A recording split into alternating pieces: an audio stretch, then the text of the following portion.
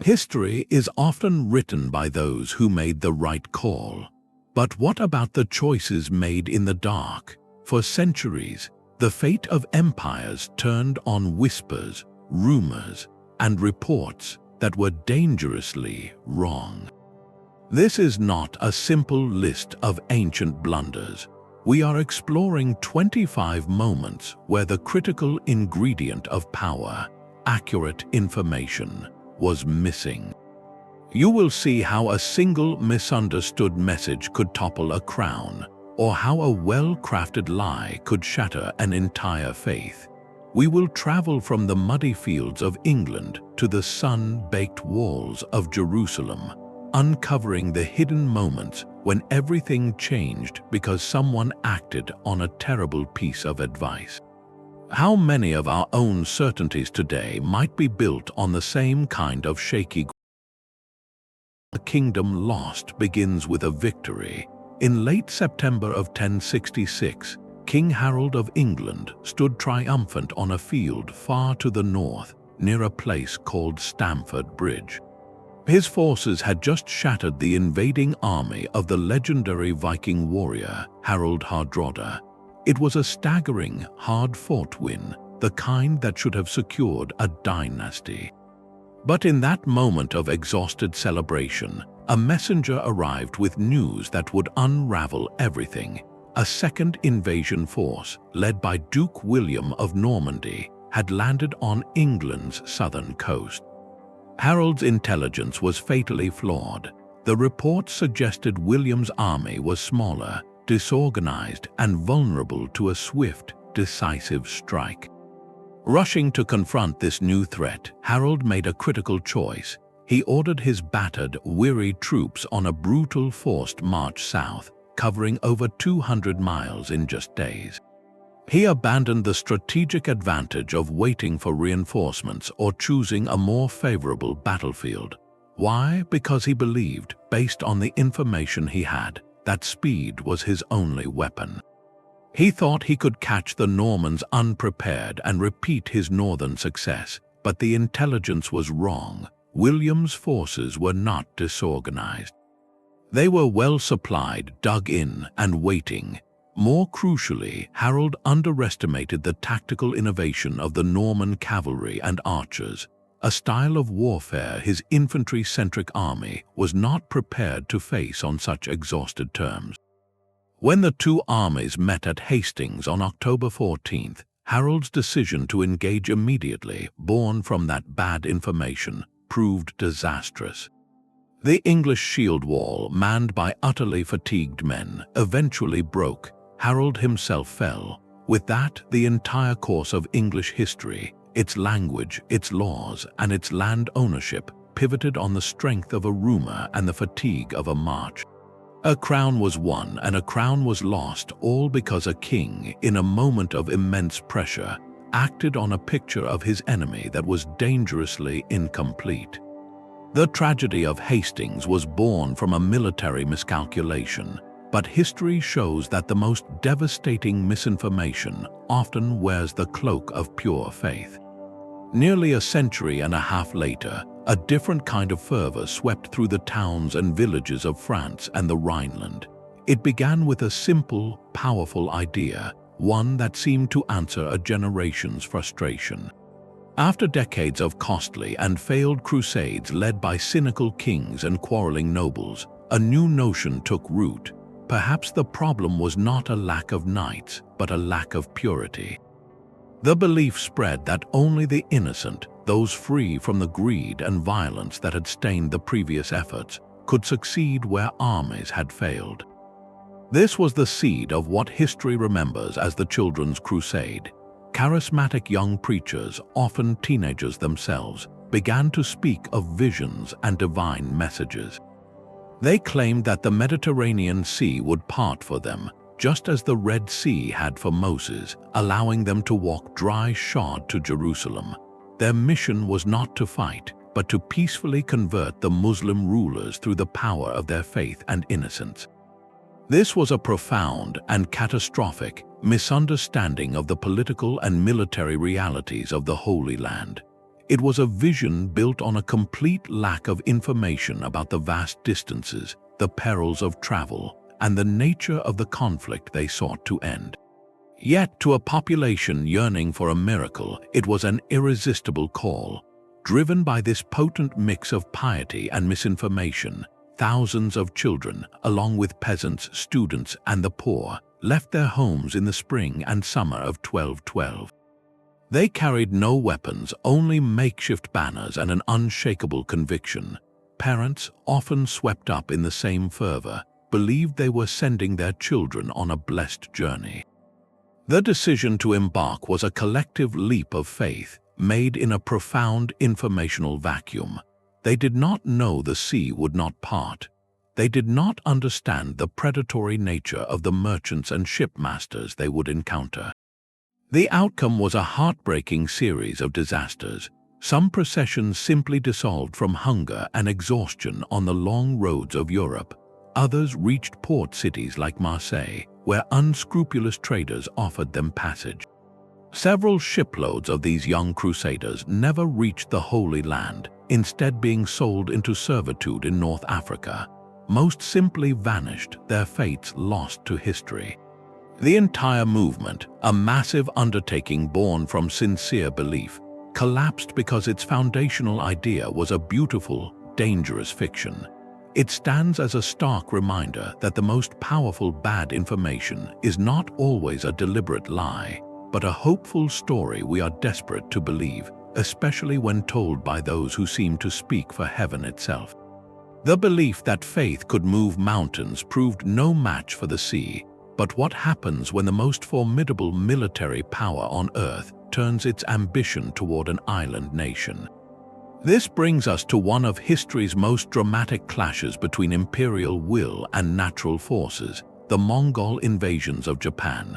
By the late 13th century, Kublai Khan, grandson of Genghis, ruled the largest contiguous empire in human history, stretching from the Pacific Ocean to the gates of Europe. His court in China received tribute and deference from kingdoms across Asia. But to the east, the islands of Japan remained stubbornly independent, refusing to acknowledge his supremacy. Their silence was an insult to a ruler who viewed the entire world as his rightful domain. Kublai's decision to launch not one, but two massive naval invasions stemmed from a critical piece of bad information, a profound underestimation. He saw Japan not as a formidable, unified kingdom, but as a minor collection of islands that would quickly submit to the mere sight of his invincible armies. His advisors, likely eager to please, provided assessments that downplayed Japanese resilience and overstated the ease of a large-scale amphibious assault. The geography itself was misunderstood. The Korean Strait, which his fleets had to cross, was treated as a simple water crossing rather than a treacherous passage known for its sudden, violent storms. Most critically, the strategic planning ignored or dismissed the region's predictable typhoon seasons.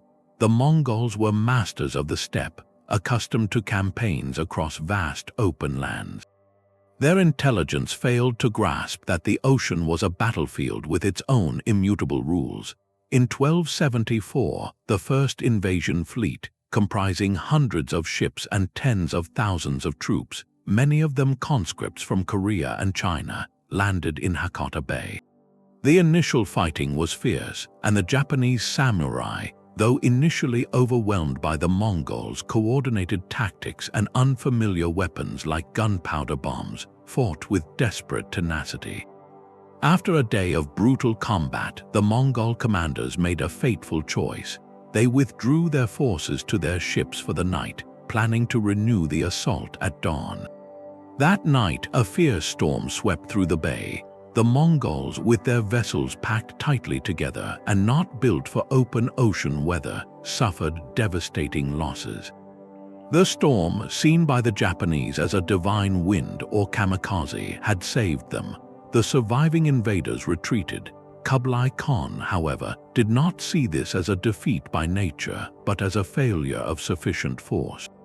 His bad information was reinforced. He believed a larger, better prepared armada would surely succeed.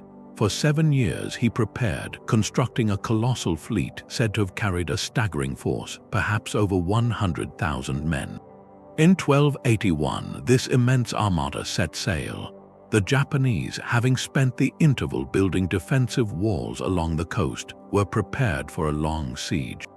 For weeks they held the Mongols at bay in fierce fighting along the shoreline. Then, as the invasion force was locked in a stalemate, another powerful typhoon struck. This one was catastrophic. The Mongol fleet, trapped against the coast, was utterly shattered. Contemporary accounts describe waves like mountains and winds that tore ships apart. The vast majority of the invasion force was lost to the sea. From the Japanese perspective, the divine wind had blown again, protecting their homeland. For Kublai Khan, it was a ruinous disaster that halted his eastward expansion forever. His decision, made twice based on flawed intelligence about an enemy's spirit and an ocean's fury, stands as a monumental example of how even the greatest power can be humbled by what it does not know and what it refuses to see. The belief in one's own inevitability can be the most dangerous misinformation of all. A divine wind could shatter an invasion fleet, but the collapse of an empire often comes from within, accelerated by the whispered promises of supposed allies. Our next moment takes us to the walls of a city that was once the heart of the Christian world, Constantinople. The year is 1203, and a vast crusader army has gathered in Venice. Their sworn holy mission, blessed by the Pope, is to sail to Egypt and reclaim Jerusalem from Muslim control. Yet within a year, these crusaders would not march on the Holy Land. Instead, they would commit one of history's most shocking acts of betrayal, laying siege to, capturing, and brutally sacking the greatest Christian city on earth. How did an army of faith end up destroying a fellow Christian empire? The answer lies in a perfect storm of bad information, broken promises, and cynical opportunism. The Crusade was deeply in debt to the Venetian merchants who had built its fleet. The Venetians, led by the aged and blind yet fiercely shrewd Doge Enrico Dandolo, had commercial and political rivalries with the Byzantine Empire, which controlled trade routes they coveted. Into this financially desperate situation stepped a young exile, a prince named Alexios Angelos. He claimed to be the rightful heir to the Byzantine throne, which was held by his uncle. Alexios made the Crusader leaders an offer that seemed to solve all their problems. He promised them vast sums of money, enough to pay off their Venetian debts and fund the entire campaign to Jerusalem. He also pledged to place the entire Byzantine army under Crusader command and to reunite the Eastern Orthodox Church with Rome. To the cash-strapped, directionless Crusader barons, this was a miraculous proposal. It was also almost entirely fiction. Alexios presented a picture of a Byzantine populace that would rise up to support him as a liberator, and an imperial treasury so overflowing it could bankroll a war. The Crusader leadership, desperate for a way forward, chose to believe him. They accepted his offer based on this dangerously flawed intelligence. They diverted the entire Fourth Crusade to Constantinople, not as invaders but as restorers of a rightful king. When they arrived and installed Alexios IV as co-emperor, however, the reality became devastatingly clear. The people of Constantinople did not see Alexios as a savior, but as a traitor brought by a hostile foreign army. The imperial treasury was not full, it was nearly empty. Alexios could not possibly pay the enormous sum he had promised. As resentment boiled over in the city and the Crusaders grew angry at being unpaid, tensions exploded. When a fire broke out, destroying a large section of the city, each side blamed the other. The bad information had created an impossible situation. The Crusaders, now encamped outside a city that viewed them with hatred and could not pay them, faced a choice. They could abandon their investment and sail on to Jerusalem bankrupt and humiliated, or they could take what they were owed by force. In April of 1204, they chose force. The subsequent sack of Constantinople was not a battle against infidels, but a 3-day nightmare of looting and destruction inflicted upon a Christian metropolis. Priceless ancient artworks were melted down for their gold, libraries were burned, and churches were desecrated. The great Byzantine Empire, already weakened, was shattered into smaller states. The Crusaders never reached Jerusalem. The decision to turn their swords on Constantinople, born from a prince's lies and the Venetians' whispered encouragement, fractured Christendom and altered the balance of power for centuries. It stands as a brutal lesson in how a mission, even one wrapped in the highest ideals, can be completely derailed by listening to the wrong voice, especially when that voice tells you exactly what you are desperate to hear. Centuries after the walls of Constantinople fell, a very different kind of rebellion stirred in the green fields of England. It was the spring of 1381, and a deep, simmering anger had finally boiled over. The Black Death decades earlier had wiped out nearly half the population, and for a brief time that scarcity of workers had given the surviving peasants a taste of leverage. They could demand better wages for their labor, but the ruling class, the nobles and wealthy landowners, moved swiftly to crush this new independence. They passed laws like the Statute of Laborers that froze wages at pre-plague levels and restricted the movement of workers, effectively trying to chain people back to the land they worked. At the same time, the king, Richard II, was just a boy of 14, and his government imposed a new, deeply unpopular poll tax to fund a distant war with France. For the common people, it was a perfect storm of injustice, economic strangulation, and a sense that the natural order was being upended not by them, but against them. Into this tinderbox came radical ideas spread by wandering preachers like John Ball. His famous question echoed in village squares and alehouses, when Adam delved and Eve span, who was then the gentleman. The message was revolutionary and simple, that all men were created equal and that the tyranny of lords was not divinely ordained but a human injustice. This preaching provided a powerful moral framework for the rage, but it also planted a critical and ultimately fatal piece of misinformation. The rebels began to believe a compelling story. They did not see the young King Richard as part of the problem. Instead, they cast him as a captive prince, a good king surrounded by corrupt and greedy advisors, the very same nobles who were enforcing the harsh laws. Their goal, therefore, was not to overthrow the monarchy, but to rescue it.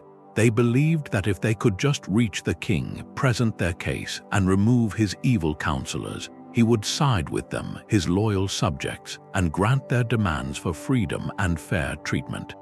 This profound misunderstanding of royal power and loyalty propelled tens of thousands of rebels, led by men like Wat Tyler, to march on London in June of 1381.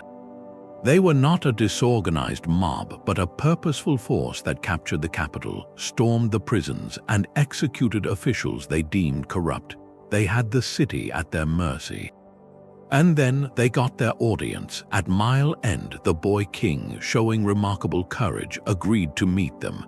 He listened to their demands and, in a stunning move, granted charters that promised to abolish serfdom and grant pardons. Many of the rebels, trusting in the king's word, began to disperse, believing they had won. But the core of the movement, led by Tyler, remained skeptical. They wanted more concrete assurances. This led to a second, fateful meeting at Smithfield.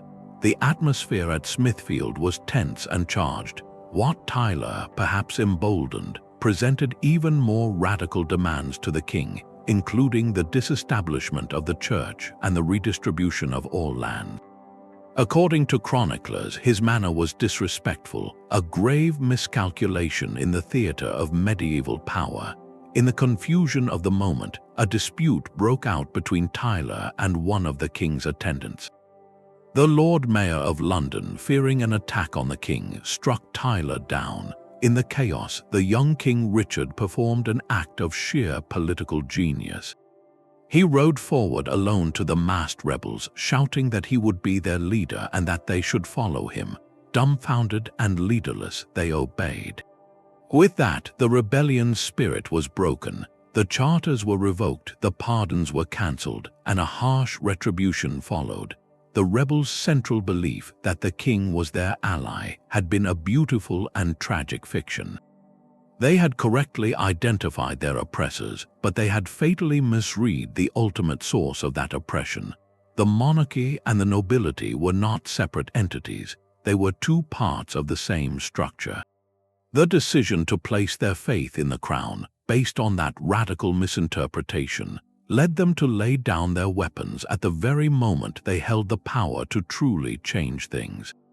It is a heartbreaking lesson in how even the most justified revolution can be disarmed by believing in the good intentions of the very system it seeks to challenge. The belief in a king's good faith could be shattered on an English field, but another kind of fatal certainty would be tested on the muddy ground of France.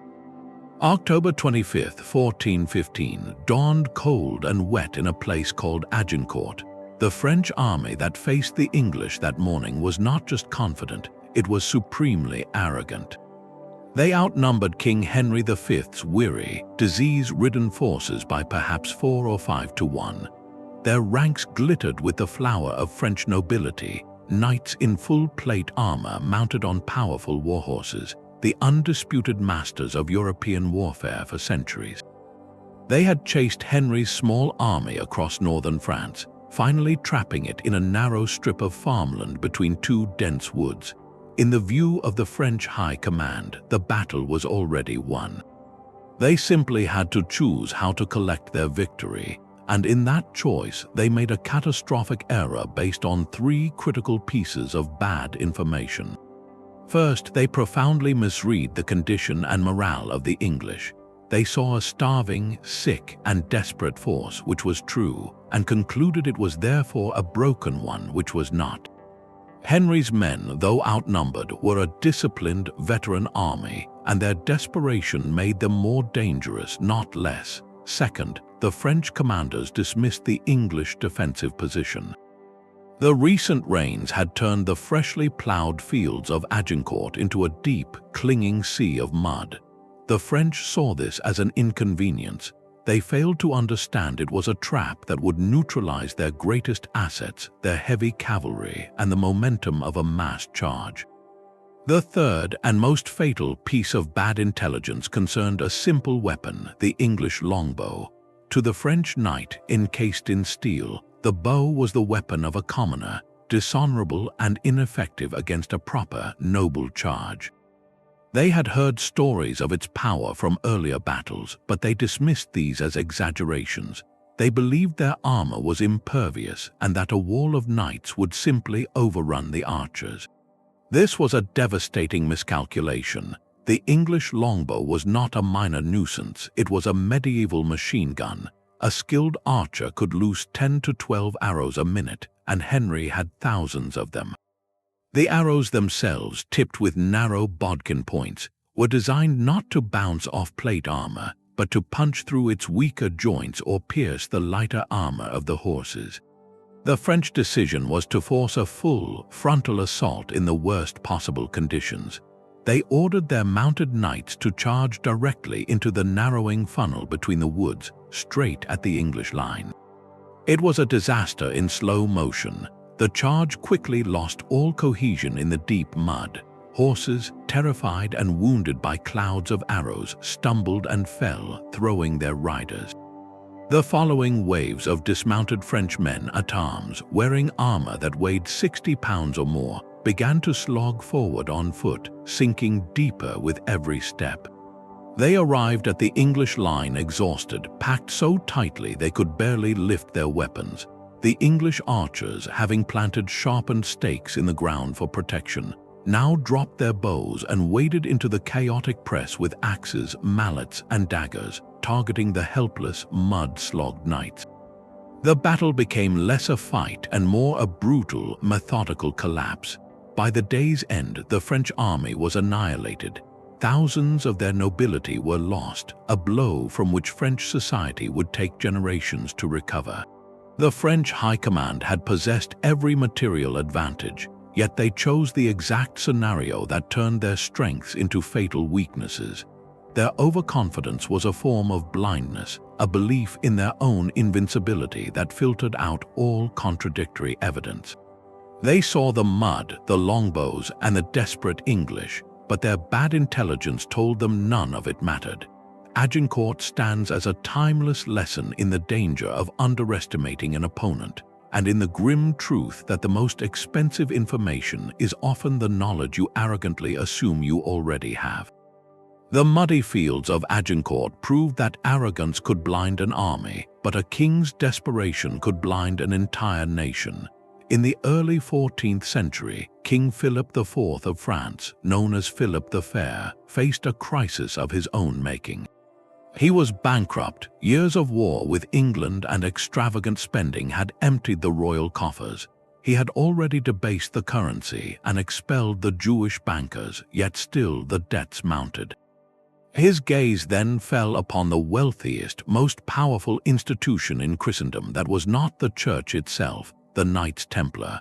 For nearly 200 years, the Templars had been the bankers of Europe, a multinational financial network with a fearsome military reputation. They held the fortunes of kings, managed vast estates, and were answerable only to the Pope. To Philip, they were not holy warriors but a state within a state, and their treasure was the solution to all his problems. His decision to destroy them, however, required a justification far greater than simple greed. He needed a story so monstrous it would justify seizing their wealth and burning their legacy to the ground.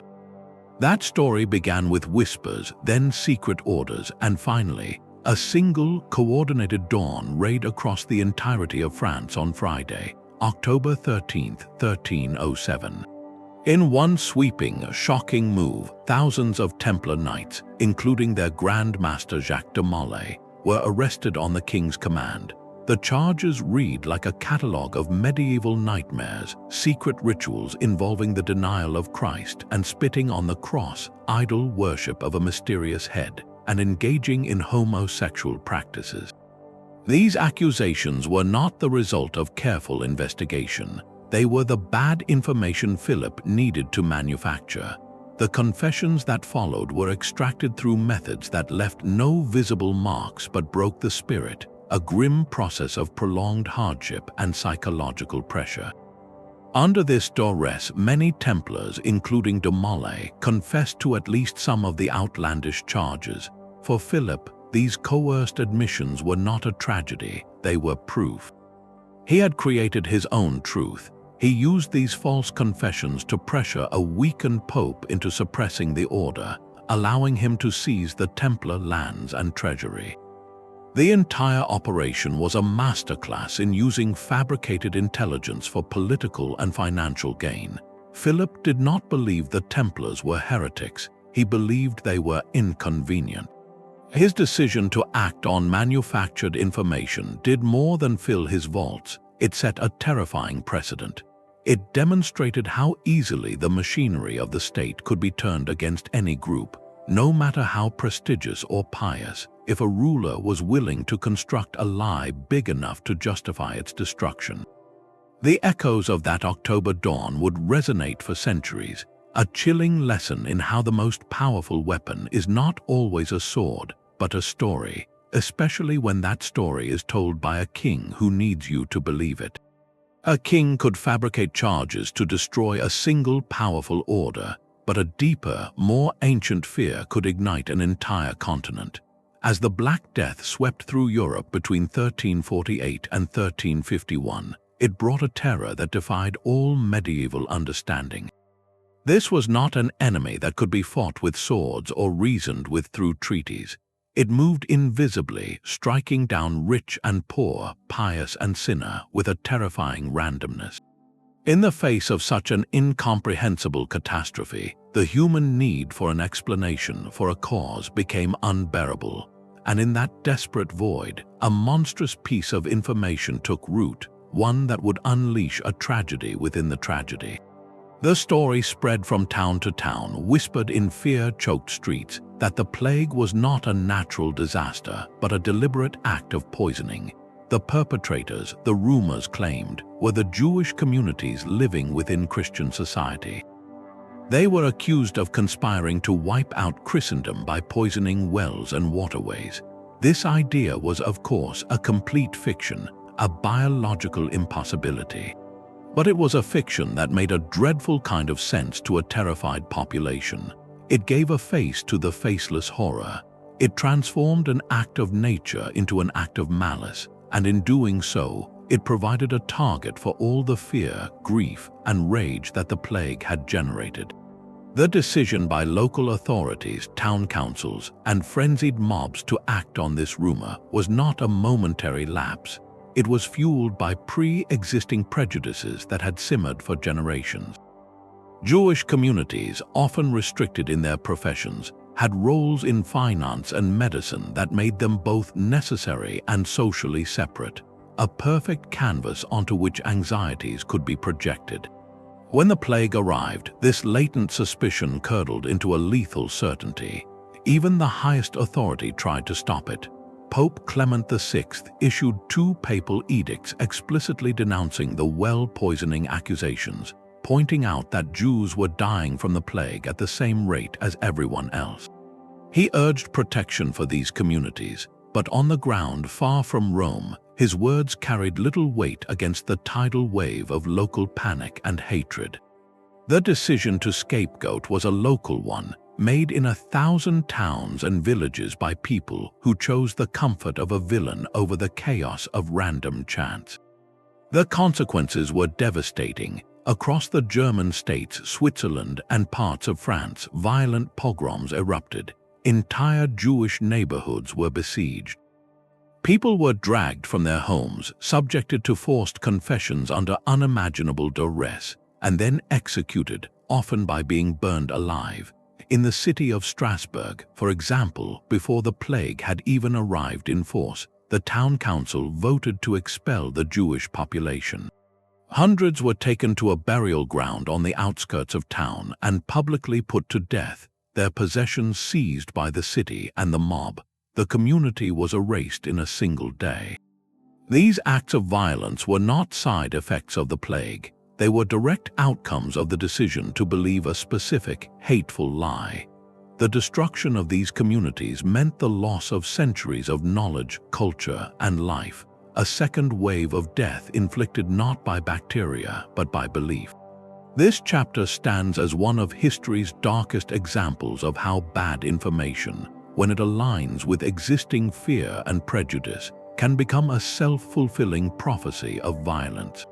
It reveals a painful truth that in moments of collective trauma, the decision to find someone to blame can be more immediately compelling and more destructively acted upon than the difficult search for a real, complex cause.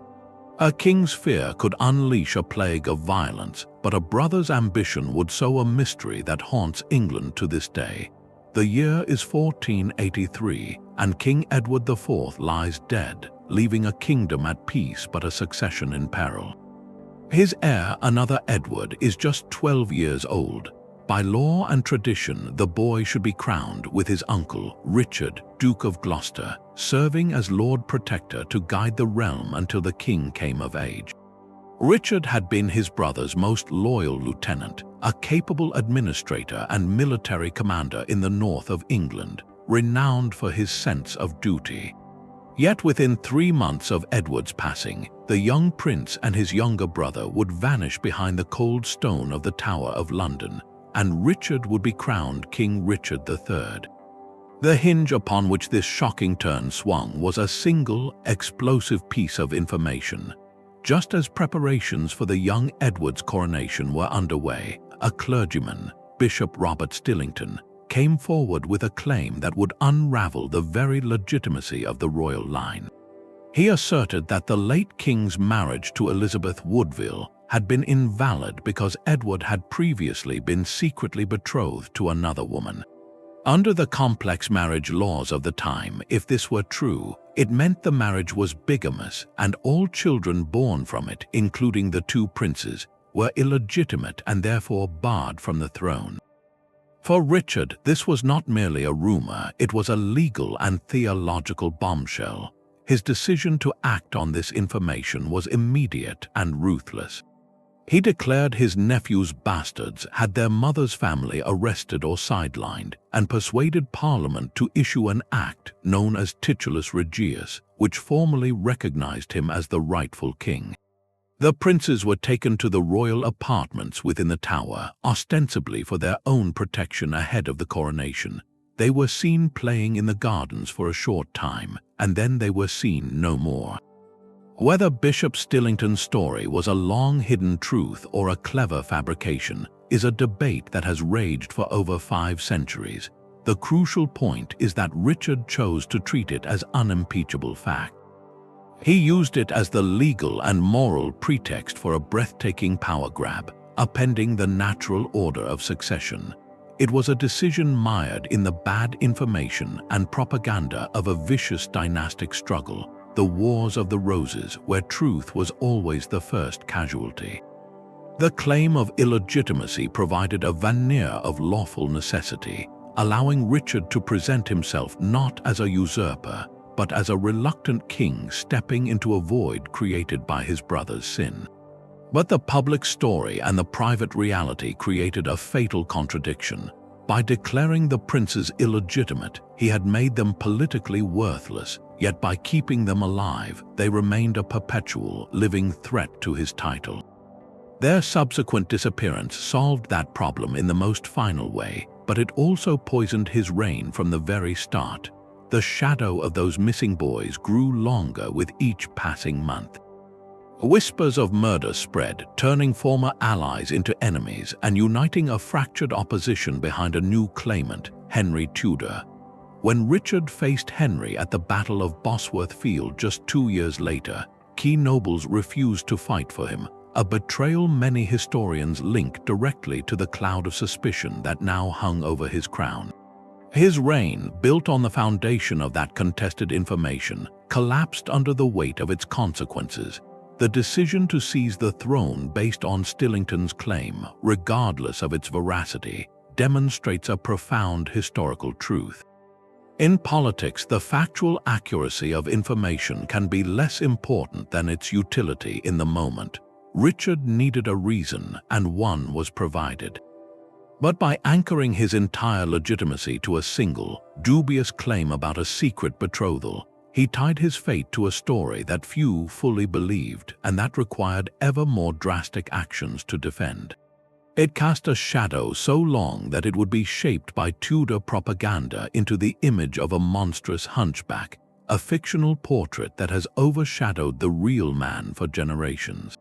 The princes in the Tower remain one of history's great unresolved mysteries, but the lesson of Richard's reign is clear. A decision made on bad information, even if it succeeds in the short term, can build a throne on sand, a foundation that will inevitably be washed away by the tides of doubt and the enduring human need for a story that feels just. The shadow of a vanished prince is a heavy burden for any throne, but the ambition of an empire can be an even greater weight. By 1588, King Philip II of Spain ruled the most powerful empire on earth, his domains stretching from the Americas to the Philippines, his treasury filled with New World silver. Yet one prize, one persistent thorn, eluded him: Protestant England under Queen Elizabeth I. Her privateers raided his treasure fleets, her support fueled rebellion in his Dutch provinces, and her very existence defied his vision of a unified Catholic Europe. Philip's decision to launch the Great Armada was not a sudden impulse, but the culmination of a decades-long grudge, fueled by a holy mission and a dangerous collection of assumptions. His plan was breathtaking in its scale and complexity. A massive fleet of 130 ships would sail from Spain, fight its way up the English Channel, and rendezvous with a veteran army of 30,000 men led by the Duke of Parma, waiting in the Spanish Netherlands. This combined force would then cross the narrow sea, invade England, overthrow Elizabeth, and restore the Catholic faith. It was a strategy that made perfect sense on a map in the quiet of Philip's palace, the Escorial. But it was a strategy built on layers of profoundly flawed intelligence. The first miscalculation was about the enemy fleet. Spanish naval doctrine, perfected in the Mediterranean, centered on boarding enemy ships and fighting like soldiers at sea. Their great galleons were designed as floating fortresses with high forecastles and sterncastles for troops. They believed English ships, which were lower and more nimble, would be easy prey for their disciplined infantry. This was a catastrophic misunderstanding. English naval tactics, developed by commanders like Sir Francis Drake and John Hawkins, had evolved into something entirely different. They favored standoff gunnery, using their ships' superior speed and handling to stay at a distance, pounding the Spanish formations with cannon fire from long range. The Armada's commanders were prepared for a close brawl, not a long-range artillery duel they could not force. The second fatal assumption concerned the rendezvous with Parma's army.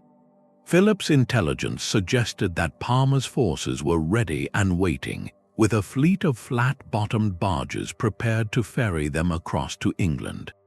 The Spanish High Command believed the English Channel would be a safe corridor where they could simply collect their army. The reality was a logistical nightmare. Parma's army was not concentrated and ready. It was scattered and besieging Dutch towns. The shallow draft barges he had assembled were pitifully vulnerable and trapped in Dutch-controlled ports, blockaded by a fleet of agile Dutch rebel ships, the Sea Beggars. The Armada could not safely approach the coast to protect them, and Parma could not get his troops to sea without being destroyed. The plan required a level of coordination and control over the environment that was utterly impossible in the age of sail. The third and perhaps most decisive piece of bad information was about the weather itself. The English Channel is not a placid canal. It is one of the most treacherous and unpredictable stretches of water in the world. Spanish planning, however, treated it as a manageable geographic feature. They had no contingency for what would happen if their tight, defensive crescent formation, their famous media luna, was disrupted. When the Armada finally entered the Channel in late July 1588, every one of these miscalculations collided. The English fleet harried them from a distance, picking off stragglers in running battles like Plymouth and the Isle of Wight, but could not break the main formation. The Spanish discipline held. They reached their rendezvous point off Calais and dropped anchor, waiting for a signal from Parma that never came. They were now stationary, exposed, and trapped. It was here that the English launched their most ingenious attack, sending 8 fire ships, old vessels packed with pitch and gunpowder, drifting with the wind and tied into the heart of the anchored Armada. The sight of these floating infernos triggered sheer panic. The tight Spanish formation shattered as captains cut their anchor cables to escape, scattering into the darkness and the open North Sea. The following day, at the Battle of Gravelines, the scattered Spanish ships were easy prey for the English broadsides, but the true killer was the wind. With their formation broken and the English blocking the route back through the Channel, the only escape was to sail north, around the treacherous coasts of Scotland and Ireland, and into the vast, stormy Atlantic. The decision to take this route forced upon them was a death sentence. The ships, designed for calm Mediterranean and Atlantic crossings, were not built for the violent gales of the North Sea. They were damaged, low on supplies, and their crews were ravaged by illness. Over the following weeks, a relentless series of storms dashed ship after ship onto the rocky shores of Scotland and Ireland. Men who survived the wreck were often met with violence on the shores. Of the 130 ships that had sailed with such proud banners, fewer than half would ever return to Spain. King Philip's grand design, a masterpiece of planning built on bad maps, worse intelligence, and a fundamental misunderstanding of the sea, ended not in glorious conquest but in watery ruin. The decision to launch the Armada was a testament to imperial will, but its failure was a lesson written in wind and wave, proving that no amount of pious certainty can overcome a plan that fails to respect the reality of the world it seeks to conquer. The sea could shatter an empire's pride, but a single open window would shatter the peace of a continent. In the spring of 1618, the Kingdom of Bohemia, part of the Holy Roman Empire, was a powder keg of religious tension. For decades, an uneasy peace had held between Catholics and Protestants, guaranteed by a royal document called the Letter of Majesty. But when the devoutly Catholic Ferdinand of Styria was named heir to the Bohemian throne, that peace began to unravel. Protestant nobles watched with growing alarm as new Catholic churches were built on lands they considered their own, a direct challenge to their rights and their faith. The air in Prague grew thick with suspicion, rumor, and the conviction that a grand suppression was being planned. The spark came with a decision made by two royal governors, appointed by the absent emperor, to stop construction of two Protestant churches on noble lands. To the Protestant nobility, this was not an administrative act. It was the first deliberate move to tear up the Letter of Majesty and strip them of their hard-won freedoms. The information circulating among them, fueled by fiery sermons and clandestine meetings, painted the governors as the willing agents of a coming Catholic tyranny. Their decision was not born from cool deliberation, but from the white-hot certainty that they had to act before it was too late. On May 23rd, a delegation of armed Protestant nobles marched into Prague Castle and confronted the two governors, Vilém Slavota and Jaroslav Martinic, along with their secretary. The argument was fierce and quick, a final venting of years of pent-up grievance. Then, following an old Bohemian judicial custom for dealing with traitors, they declared the men guilty of violating the Letter of Majesty and pronounced sentence. The sentence was defenestration, the act of throwing someone from a window. In a chaotic surge, the nobles seized the three officials and hurled them from a third-story window of the castle, a fall of over 50 feet into the dry moat below. According to the dramatic accounts that would sweep Europe, the Catholics survived the fall. Catholic sources claimed they were saved by the miraculous intervention of angels or by landing in a soft pile of manure. Protestant pamphlets mockingly suggested the moat was so foul and deep that it cushioned their fall. The physical survival of the victims, however, was irrelevant to the political impact. The decision to use defenestration was a deliberate, symbolic act of rebellion.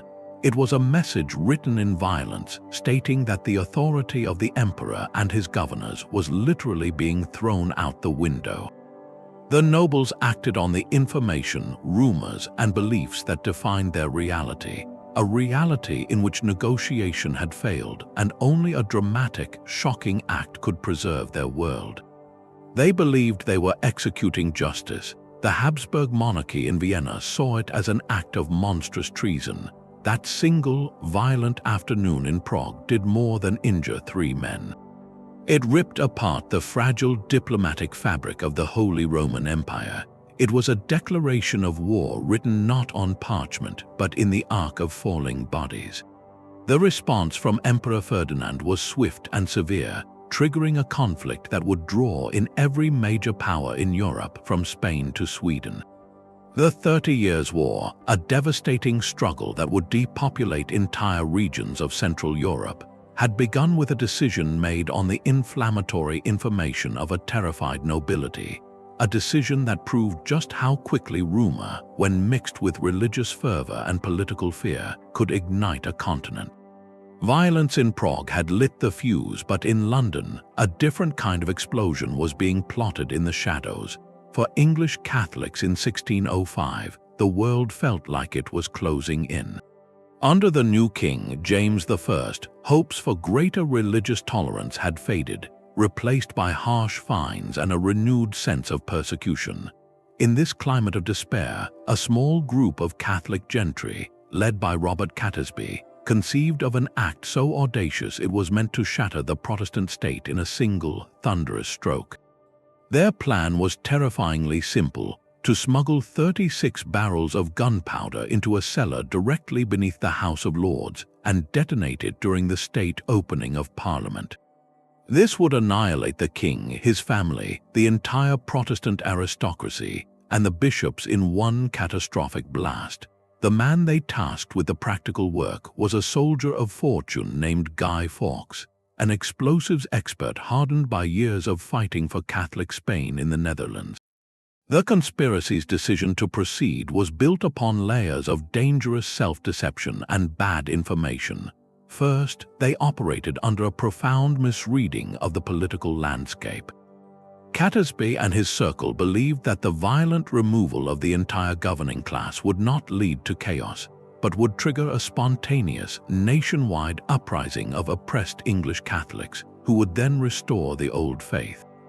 This was a catastrophic fantasy. The vast majority of English Catholics were law-abiding subjects, horrified by the idea of regicide and terrified of the brutal retribution that would surely follow. The conspirators mistook their own desperate fanaticism for a widespread revolutionary fervor that simply did not exist. Second, they fatally misjudged the security of their own operation. For over a year, they rented the cellar, slowly filling it with gunpowder hidden beneath a layer of firewood and iron bars. They believed their secrecy was absolute. Yet their circle was neither small nor silent. In a desperate attempt to widen their support, they began recruiting more men, including warning certain Catholic peers to stay away from Parliament on that fateful day. One of these peers, Lord Monteagle, received an anonymous letter urging him to avoid the opening, a letter so cryptic it spoke of a terrible blow that would not be seen but felt.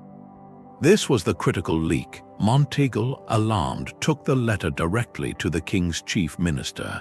The government, now alerted, decided to wait and watch, gathering more information before moving. The conspirators, however, received word that the letter had been sent. This was a moment of stark decision. Fawkes himself checked the cellar and reported the gunpowder was undiscovered. The group debated, and based on this faulty assessment that their plot was still secret, they chose to continue. This was their final, fatal miscalculation. They believed the authorities were oblivious when in fact they were being patiently monitored.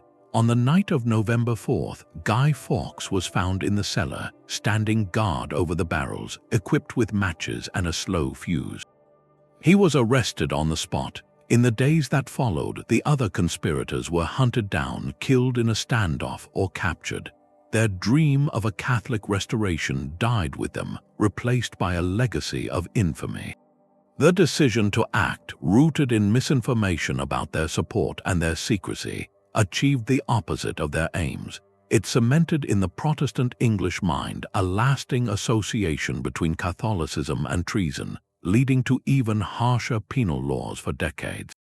The plot's failure gave birth to a national celebration, Bonfire Night, a yearly ritual that remembers not the conspiracy's goals, but its spectacular defeat, a reminder that sometimes the most carefully laid plans are undone not by strength, but by a single piece of paper and the dangerous decision to ignore its warning. The echoes of a gunpowder plot had long faded, but the thunder of hooves would write a new chapter in the ledger of military tragedy. On a crisp October morning in 1854, in a place called Balaclava during the Crimean War, a simple piece of misheard information would crystallize into one of history's most haunting poems. The British Light Cavalry Brigade, a force of around 670 men mounted on swift, lightly armored horses, sat waiting for orders. Their commander, Lord Raglan, watching from a high vantage point, could see the entire battlefield spread below him. He observed that Russian forces had captured several British naval guns from a redoubt further down the valley and were attempting to tow them away. To Raglan, this was an intolerable insult. The guns must be recaptured. He dictated an order to his aide, Captain Louis Nolan, a man known for his impetuous zeal for cavalry action. The written command was ambiguously worded. It instructed the cavalry to, quote, advance rapidly to the front, follow the enemy, and try to prevent the enemy carrying away the guns. It named 2 specific points on the landscape. The critical piece of bad information was not in the order itself, but in its interpretation. From Raglan's perch, the front and the guns he referred to were clearly the ones on the Causeway Heights, a set of hills to the cavalry's right flank. But from the perspective of the cavalry commanders down in the valley itself, their direct front was an entirely different sight, a long mile-and-a-quarter-long valley bristling with Russian artillery at its far end. When Captain Nolan delivered the order to the cavalry commander, Lord Lucan, confusion took immediate root.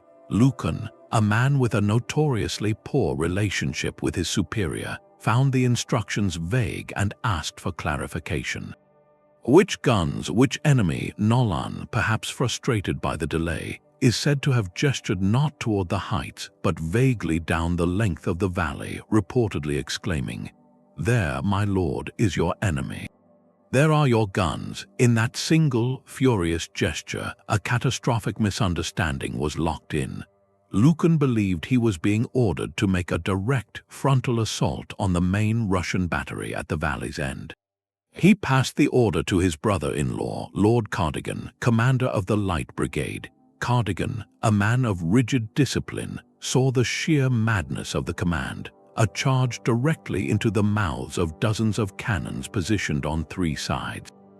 But he was a soldier who followed orders without question. He reportedly replied, "Very well, sir."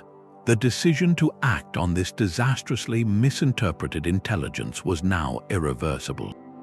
Cardigan drew his saber, positioned himself at the front of his men, and gave the order to advance, at a slow trot at first, then a canter, and finally a full gallop. The Light Brigade began its doomed charge down what would become known as the Valley of Death.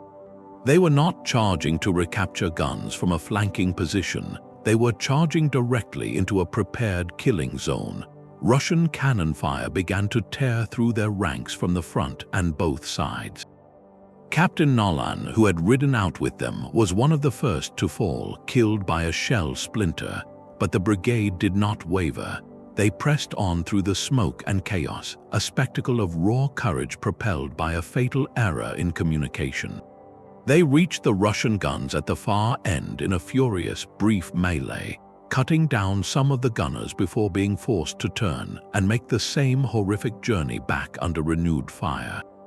Of the 670 men who began the charge, fewer than 200 returned fit for duty.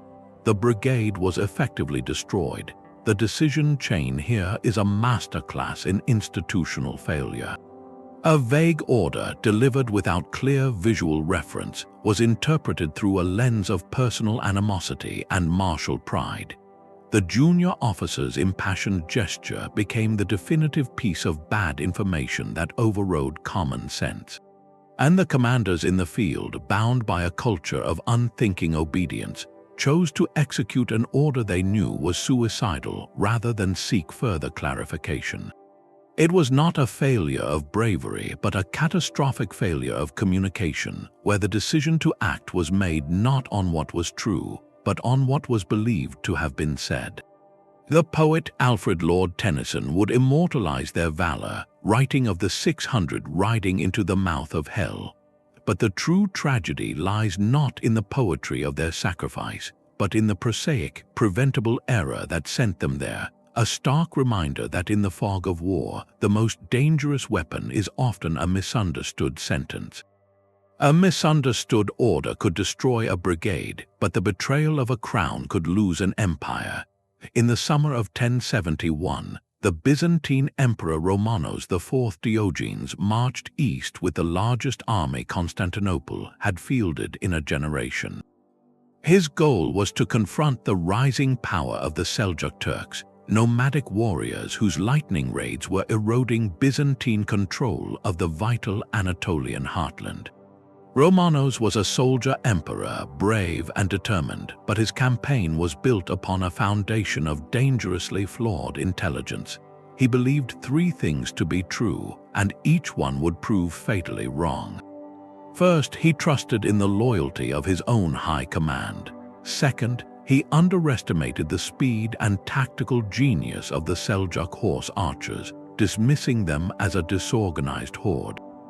Third, he overestimated the reliability of the diverse, often mercenary, troops that made up a large part of his force. These assumptions were not just minor errors, they were the pillars of his strategy. He sought a single, decisive pitched battle to crush the Seljuks and secure the frontier for decades.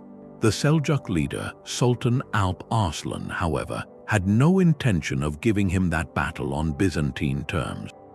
For weeks, Alp Arslan's mobile forces shadowed the slower imperial army, harassing its supply lines and refusing to be drawn into a set-piece confrontation. They were masters of the feigned retreat, a tactic designed to break an enemy's formation and lure them into pursuit. Romanos, growing frustrated and pressured by the dwindling campaign season, interpreted this evasion as weakness. His bad information told him the Seljuks were afraid to fight. Finally, near the town of Manzikert, Alp Arslan turned to face him. On the eve of battle, the cracks in Romanos intelligence began to widen into chasms.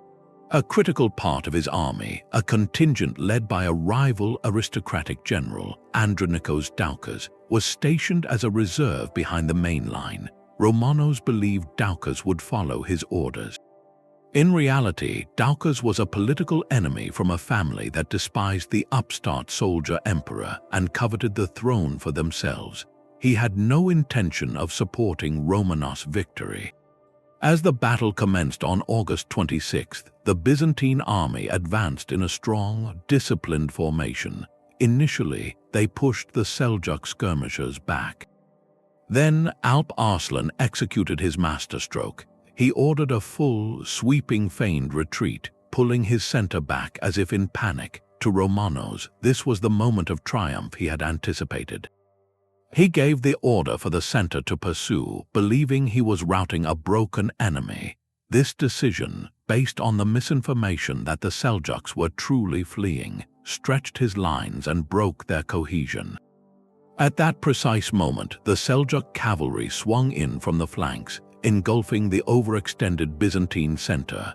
Chaos erupted. It was then that the final, treacherous piece of bad information sealed the disaster. Seeing the main force surrounded, Emperor Romanos signaled for his reserves under Andronikos Doukas to advance and support him. Doukas, however, did not see a sovereign in need of rescue. He saw a rival in mortal peril. He gave the order not to advance but to retreat, and then spread the rumor through the camp that the emperor had been killed. The rear of the army, believing the battle was lost, collapsed into a disorganized rout. Abandoned by a significant portion of his own army, Romanos and his loyal troops fought on until they were overwhelmed. The emperor himself was captured, though treated with remarkable chivalry by Sultan Alp Arslan. The defeat at Manzikert was far more than a lost battle. It was a catastrophe born from a web of bad intelligence, where misjudged enemies were less dangerous than disloyal friends. The decision to seek that decisive engagement, made with incomplete and deceptive information, shattered Byzantine military prestige forever. It unlocked the gates of Anatolia, opening the peninsula to gradual Turkish settlement and setting in motion a geopolitical shift that would ultimately lead to the rise of the Ottoman Empire. A single day's fighting, guided by treachery and false belief, redrew the map of a continent. Power is rarely surrendered willingly, and the most profound conflicts are often fought not on battlefields but over symbols. In the heart of the 11th century, a struggle erupted that would define the relationship between church and state for centuries. It was called the Investiture Controversy, and at its center were two of the most formidable personalities of the Middle Ages, Pope Gregory VII and the Holy Roman Emperor Henry IV. Their clash was not merely political, it was a fundamental argument over who held ultimate authority in the Christian world, who had the right to appoint bishops and abbots, the powerful local rulers of the medieval church. Pope Gregory, a fierce reformer, declared that this power, the act of investiture, belonged to the Church alone. For him, it was a matter of spiritual purity, freeing the clergy from the corrupting influence of secular lords. For Emperor Henry, it was a matter of survival. Bishops were not just spiritual leaders, they were princes of the empire, controlling vast lands and armies. To lose the right to appoint them was to lose control of his own kingdom. The decision that would escalate this Cold War into a personal crisis came in 1076. Gregory, acting on his conviction and reports of Henry's continued interference, took the ultimate step. He excommunicated the emperor, casting him out of the church and theoretically freeing all his subjects from their oath of allegiance. It was a spiritual nuclear option based on Gregory's intelligence that the German princes who chafed under Henry's rule would seize this chance to rebel. He believed the threat alone would force Henry to submit. Henry, however, was receiving his own stream of information. He heard the rumblings of princely discontent, yes, but he also believed in the enduring loyalty of many and in the sheer weight of his imperial title. His decision in response was a breathtaking gamble. Instead of rallying his armies, he chose a path of stunning, theatrical humiliation. In the dead of winter, he crossed the Alps with his wife and young son, a perilous journey through snow and ice to meet the Pope at the castle of Canossa in northern Italy. He arrived not as an emperor but as a penitent sinner, standing barefoot in the snow for 3 days outside the castle gates, begging for forgiveness. This was not an act of weakness but a calculated move based on a specific piece of intelligence. Henry understood the rules of the game. By performing a public penance, he would force the Pope's hand. Church law required Gregory to absolve a truly repentant sinner. If Gregory refused, he would look heartless and political, undermining his own moral authority. If he absolved Henry, the excommunication would be lifted, and Henry would regain his political footing, having outmaneuvered the Pope in the court of public opinion. Gregory was trapped. His decision to lift the excommunication at Canossa was made under the immense pressure of this public spectacle and the complex, imperfect information about Henry's true intentions. Was this genuine piety or a masterful political deception? Gregory had to choose, and he chose to follow the letter of ecclesiastical law. He let Henry in. In the short term, Henry's gamble, based on his reading of Gregory's character and the demands of doctrine, worked brilliantly. He was restored to the church, and the legal pretext for his princes to rebel was removed. But the information landscape was shifting. The German princes, unhappy with this outcome, elected a rival king anyway. The conflict reignited, and both Pope and Emperor would spend years in a bitter, exhausting struggle, each constantly reassessing the loyalty of their supporters and the resolve of their enemy. The walk to Canossa became a legendary symbol, but its lesson is deeply practical. It shows a conflict where both leaders were navigating a fog of diplomatic rumors and unreliable alliances. Each decision to excommunicate and to perform penance was made on a shifting assessment of what the other man would do and what their followers would tolerate. It was a high-stakes game of chess played with human souls and kingdoms as the pieces, where every move was calculated from information that was always, inevitably, incomplete. The walk to Canossa was a masterclass in political theater, but in England, a throne left empty would lead to a far more brutal performance. In December 1135, King Henry I lay dying, and a kingdom held its breath. He had worked tirelessly to consolidate Norman rule, to bring the barons to heel under a strong, centralized crown. But his meticulous planning faced one immense, unprecedented obstacle. His only surviving legitimate child was a daughter, Empress Matilda. Henry had made his barons swear oaths not once but 3 times to accept Matilda as his heir upon his passing. To him, she was the rightful successor, the widow of a Holy Roman Emperor, a woman of proven political acumen. Yet the moment Henry's eyes closed, those solemn oaths seemed to vanish into the winter air. The decision that followed would tear England apart. With shocking speed, a powerful faction of Anglo-Norman barons, led by Henry's own brother-in-law, Stephen of Blois, moved to seize the crown. Their choice to support Stephen over Matilda was not a simple matter of succession law. It was a choice rooted in a deep, collective piece of bad information, a prejudice dressed up as pragmatism. They looked at Empress Matilda and saw not an experienced ruler, but a woman. In the brutal calculus of 12th century power, they believed a woman could not command an army, could not enforce the law, could not hold the loyalty of restless, warlike barons.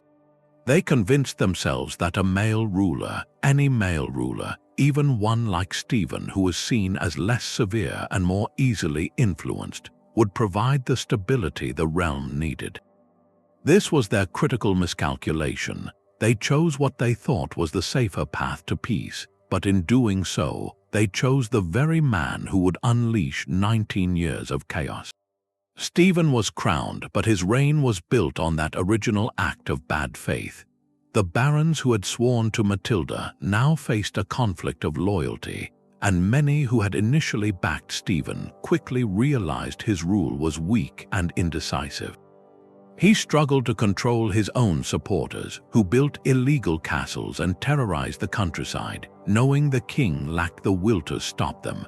Into this power vacuum stepped Matilda. She did not quietly accept their decision. She invaded, claiming her birthright. What followed was not a neat war between two clear sides, but a fragmented, miserable period remembered as the anarchy.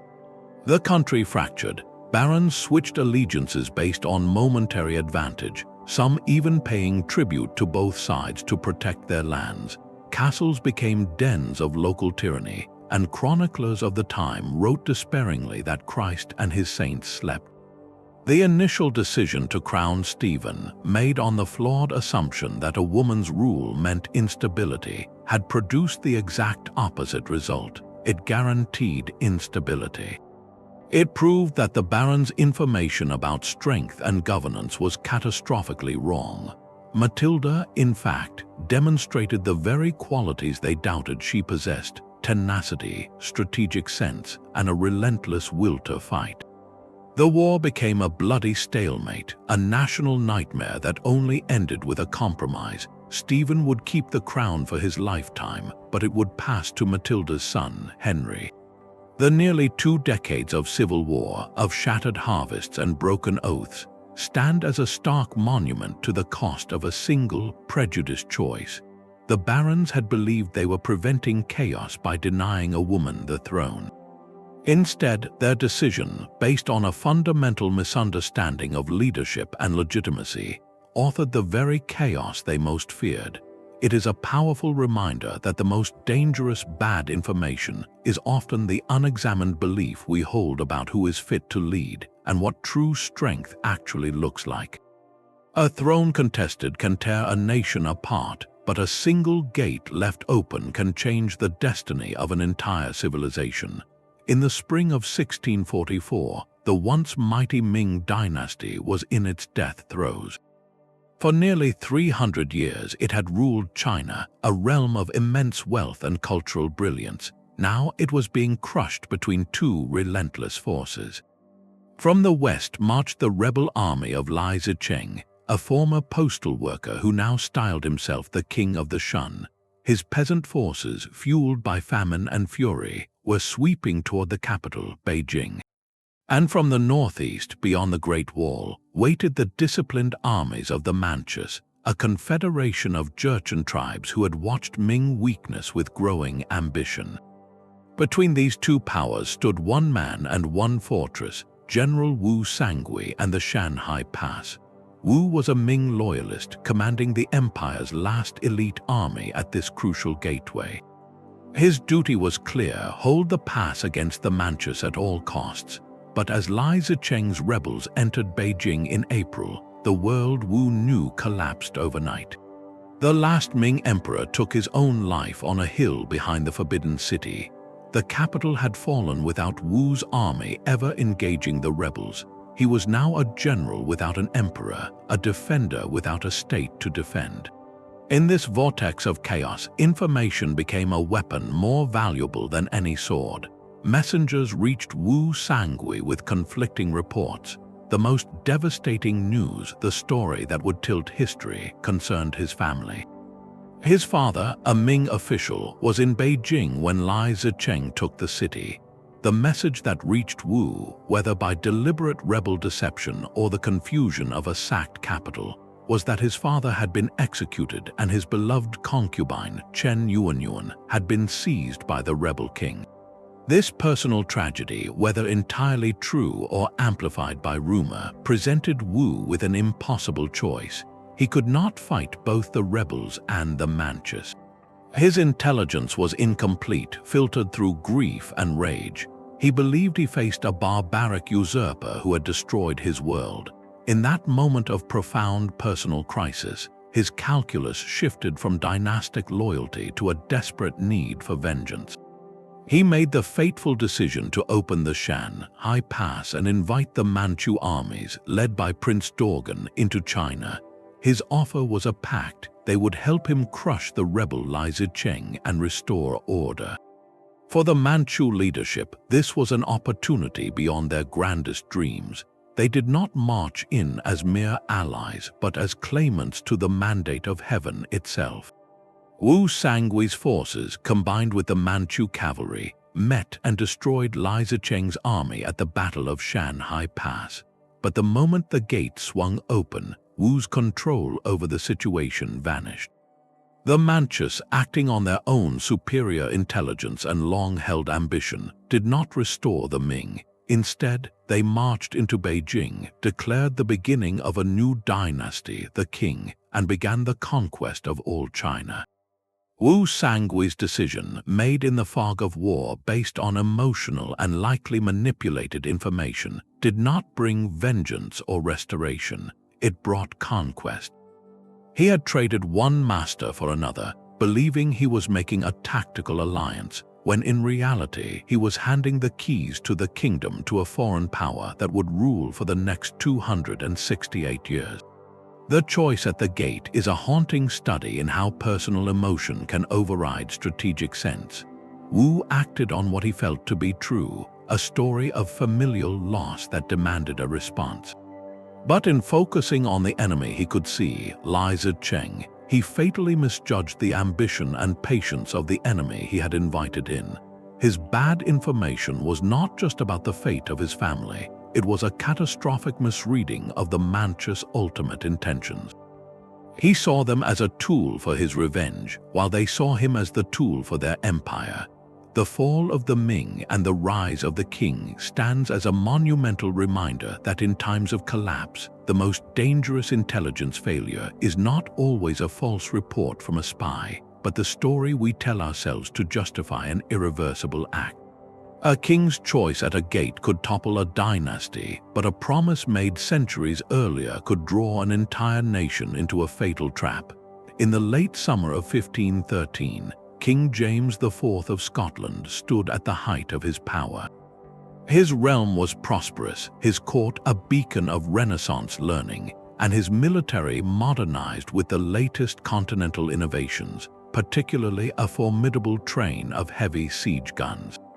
He was bound by the Old Alliance, a treaty of mutual defense with France that was older than anyone could remember.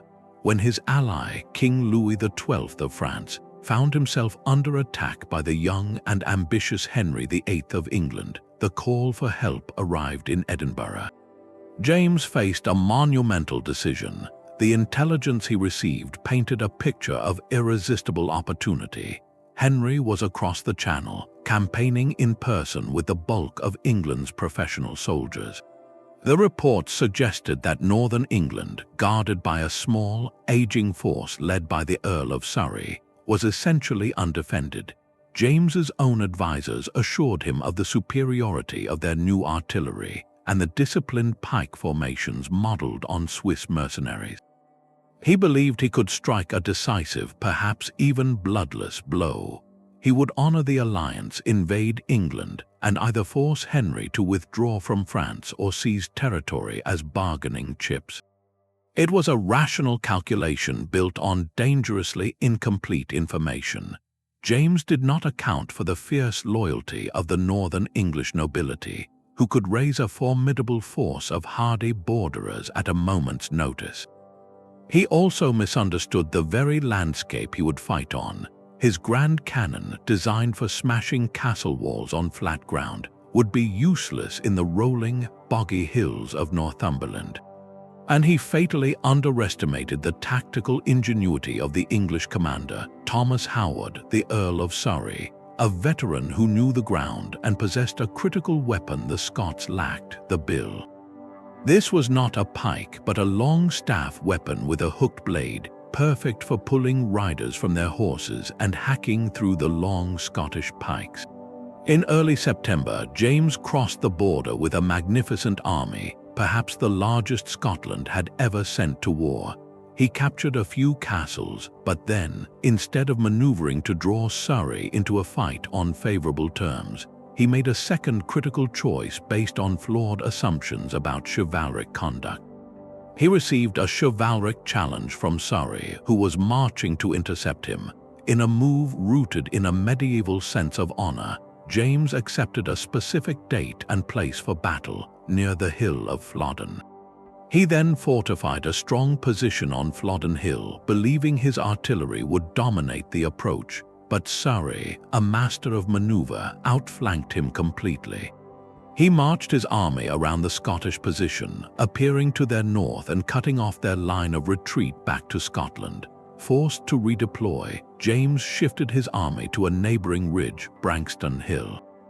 The ground here was wet, slippery, and wholly unsuited for the massed pike charge he had planned. On the afternoon of September 9th, the Scottish artillery opened fire. Their guns, positioned on the soft crest, fired too high, their shot whistling harmlessly over the English lines. The English guns, positioned on firmer ground lower down, replied with devastating effect, tearing into the packed Scottish ranks. In that moment of chaos and pride, James made his final, fatal decision. Rejecting advice to fight a defensive action, he gave the order to advance. Thousands of Scots, weighed down by heavy armor, began a slow, trudging descent down the slick slope into the marsh at the bottom. Their formation broke apart before they even reached the English line. As they struggled uphill toward Surrey's army, they were met not by a matching wall of pikes, but by a whirlwind of bills. The English billmen hacked at the Scottish spear shafts, shearing them away, and then closed in for brutal hand-to-hand combat. The battle dissolved into a savage melee where Scottish discipline meant nothing. King James, perhaps seeking to reclaim the day by personal valor, fought his way deep into the English ranks. He and the flower of the Scottish nobility were cut down within a spear's length of the Earl of Surrey himself. The defeat was total and catastrophic. A king, an archbishop, 2 abbots, 12 earls, and countless lords and gentry lay dead on the field. Scotland was left with an infant king and a generation of leadership wiped out. James's decision to invade, made from a position of strength but guided by bad maps, worse intelligence about his enemy's resilience, and an overconfidence in untested technology, resulted in a national trauma that echoes in Scottish memory to this day. Flodden was more than a lost battle. It was a kingdom's future sacrificed on the altar of a misunderstood alliance and a tragically misplaced sense of honor. The search for a lost Christian kingdom was not born from desperation, but from a profound hope that shaped the very map of the world. For over 500 years, European courts and popes clung to the tantalizing story of Prester John, a legendary Christian monarch said to rule a vast, pious, and unimaginably wealthy empire somewhere beyond the lands of Islam. His kingdom was described in a forged letter that circulated widely in the 12th century, a document filled with marvels, rivers of precious stones, and a palace where pepper was served by 30,000 men at a single feast.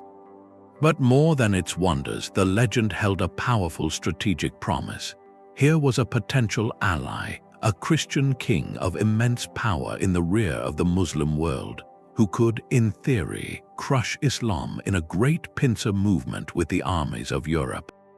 This was not just a fairy tale, it was a geopolitical fantasy that became a piece of accepted intelligence, guiding the decisions of kings and explorers for generations. The belief was so persistent that it actively redirected the course of exploration. When Portuguese navigators like Prince Henry the Navigator began pushing down the west coast of Africa in the 15th century, one of their stated goals was to make contact with Prester John and secure his alliance. They were not merely sailing into the unknown, they were sailing toward a specific, though mythical, destination on their mental map. This bad information had very real consequences. It led to wasted embassies, misallocated resources, and a fundamental misunderstanding of the world they were encountering. When Portuguese explorers finally made contact with the Christian kingdom of Ethiopia in the early 16th century, they initially believed they had found the legendary realm. The reality, however, was a kingdom struggling for survival, not a powerhouse capable of turning the tide of global religion. The decision to invest centuries of diplomatic and exploratory effort based on this rumor reveals a deeper truth about how hope can crystallize into fact. In an era of limited information, a story that provided a solution to Christendom's greatest strategic dilemma was too valuable to dismiss. It was a piece of bad information that felt too good to be untrue, proving that sometimes the most dangerous myths are not those we fear, but those we desperately want to believe. But a legend on a map could not cause the same physical devastation as a mystery in the streets. In the scorching July of 1518, in the free city of Strasbourg, something began that defied all reason. It started with a single woman, Frau Trophia, who stepped into the public square and began to dance. There was no music, no celebration. Her movements were not joyful, but frantic, compulsive, and utterly unstoppable.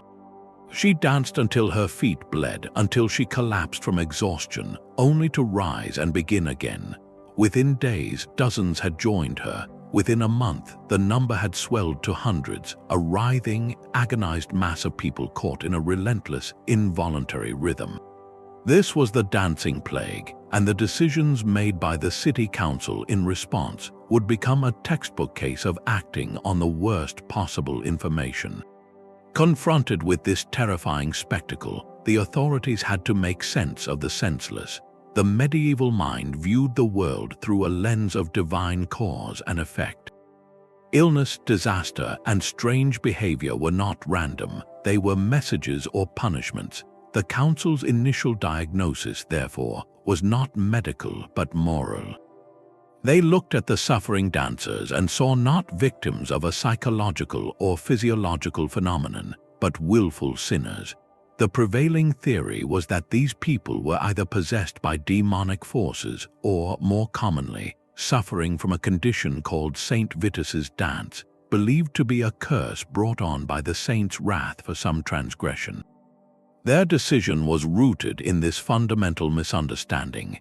They believed the dancing was a spiritual affliction that required a spiritual cure, and their prescribed remedy, based on the medical logic of the time, was breathtaking in its tragic misdirection.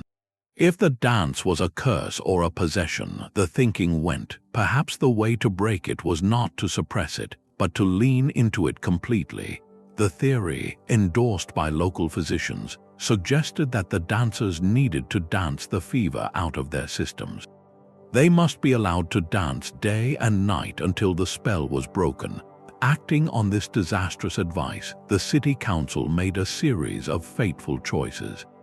They cleared public spaces. They hired musicians to play lively, incessant music to keep the dancers moving. Most astonishingly, they constructed a large wooden stage in the horse market, believing that providing a dedicated space would contain and cure the madness. In effect, they created a professional, city-sanctioned spectacle of suffering. They turned a terrifying mystery into a public exhibition, believing they were helping. The consequences of this decision, based on such a profound misreading of the event's nature, were almost certainly catastrophic. Modern analysis suggests the dancing plague was a classic case of mass psychogenic illness, a physical manifestation of extreme psychological distress. The region had been suffering from severe famine, crippling poverty, and a series of devastating harvest failures. The population was living under a cloud of existential dread and religious anxiety. The dancing may have been a hysterical release of this collective trauma. By building a stage and encouraging the dancing, the authorities did not provide a cure, they amplified the very conditions that likely caused it. The music, the crowd, the official sanction, all served as powerful social reinforcement, validating the behavior and drawing in more susceptible individuals. What might have remained a limited, if strange, outbreak was potentially turned into a city-wide epidemic by the well-intentioned but utterly wrong-headed response. The council eventually realized their mistake. When the dancing showed no sign of stopping and people began dying from sheer exhaustion, heart attacks, and strokes, they reversed course. They banned music and public gatherings and finally organized a pious procession to a nearby shrine, seeking divine intervention. The plague eventually subsided, leaving behind a legacy of confusion and fear. The decisions made in Strasbourg reveal a chilling principle. When faced with the inexplicable, human beings will always reach for an explanation, any explanation that fits within their existing worldview. The Council's choice to treat a psychological crisis as a moral or spiritual one was a desperate attempt to impose order on chaos. But it stands as a stark warning that the wrong diagnosis, especially one backed by authority, can transform a tragedy into a catastrophe, proving that the most dangerous thing to do in a crisis is to confidently act on a story that feels true but is fundamentally, tragically wrong. But a city's collective madness was a mystery of the mind, while a trial in Rouen was a calculated act of political murder disguised as holy law. In the winter of 1431, a 19-year-old peasant girl from Domremy sat in an English prison cell awaiting judgment. Her name was Joan of Arc, and just 2 years earlier she had been an unknown shepherdess. Now she was the living symbol of French resistance, the figure whose visions and sheer force of will had broken the English siege of Orleans and seen the Dauphin crowned as King Charles VII at Rheims. To the French, she was La Pucelle, the maid sent by God. To the English and their Burgundian allies, she was an intolerable problem. Her very existence was a piece of dangerous information that contradicted their claim to the French throne. She had to be discredited, and not just militarily but theologically. Her trial was never an inquiry. It was a foregone conclusion dressed in the robes of ecclesiastical justice. The decision to convict her was made before a single charge was read. The court was packed with pro-English clergy, led by Bishop Pierre Cauchon, whose loyalty was to the English crown that was paying his salary. Their task was not to discover the truth of Joan's visions, but to construct a case that would prove her a heretic and a witch, thereby shattering her divine mandate and demoralizing the French cause. Every piece of information was filtered through this lens of predetermined guilt. They interrogated her relentlessly for weeks about the voices of Saint Michael, Saint Catherine, and Saint Margaret that guided her. They probed the details of her angelic visions not to understand, but to trap her in a theological contradiction.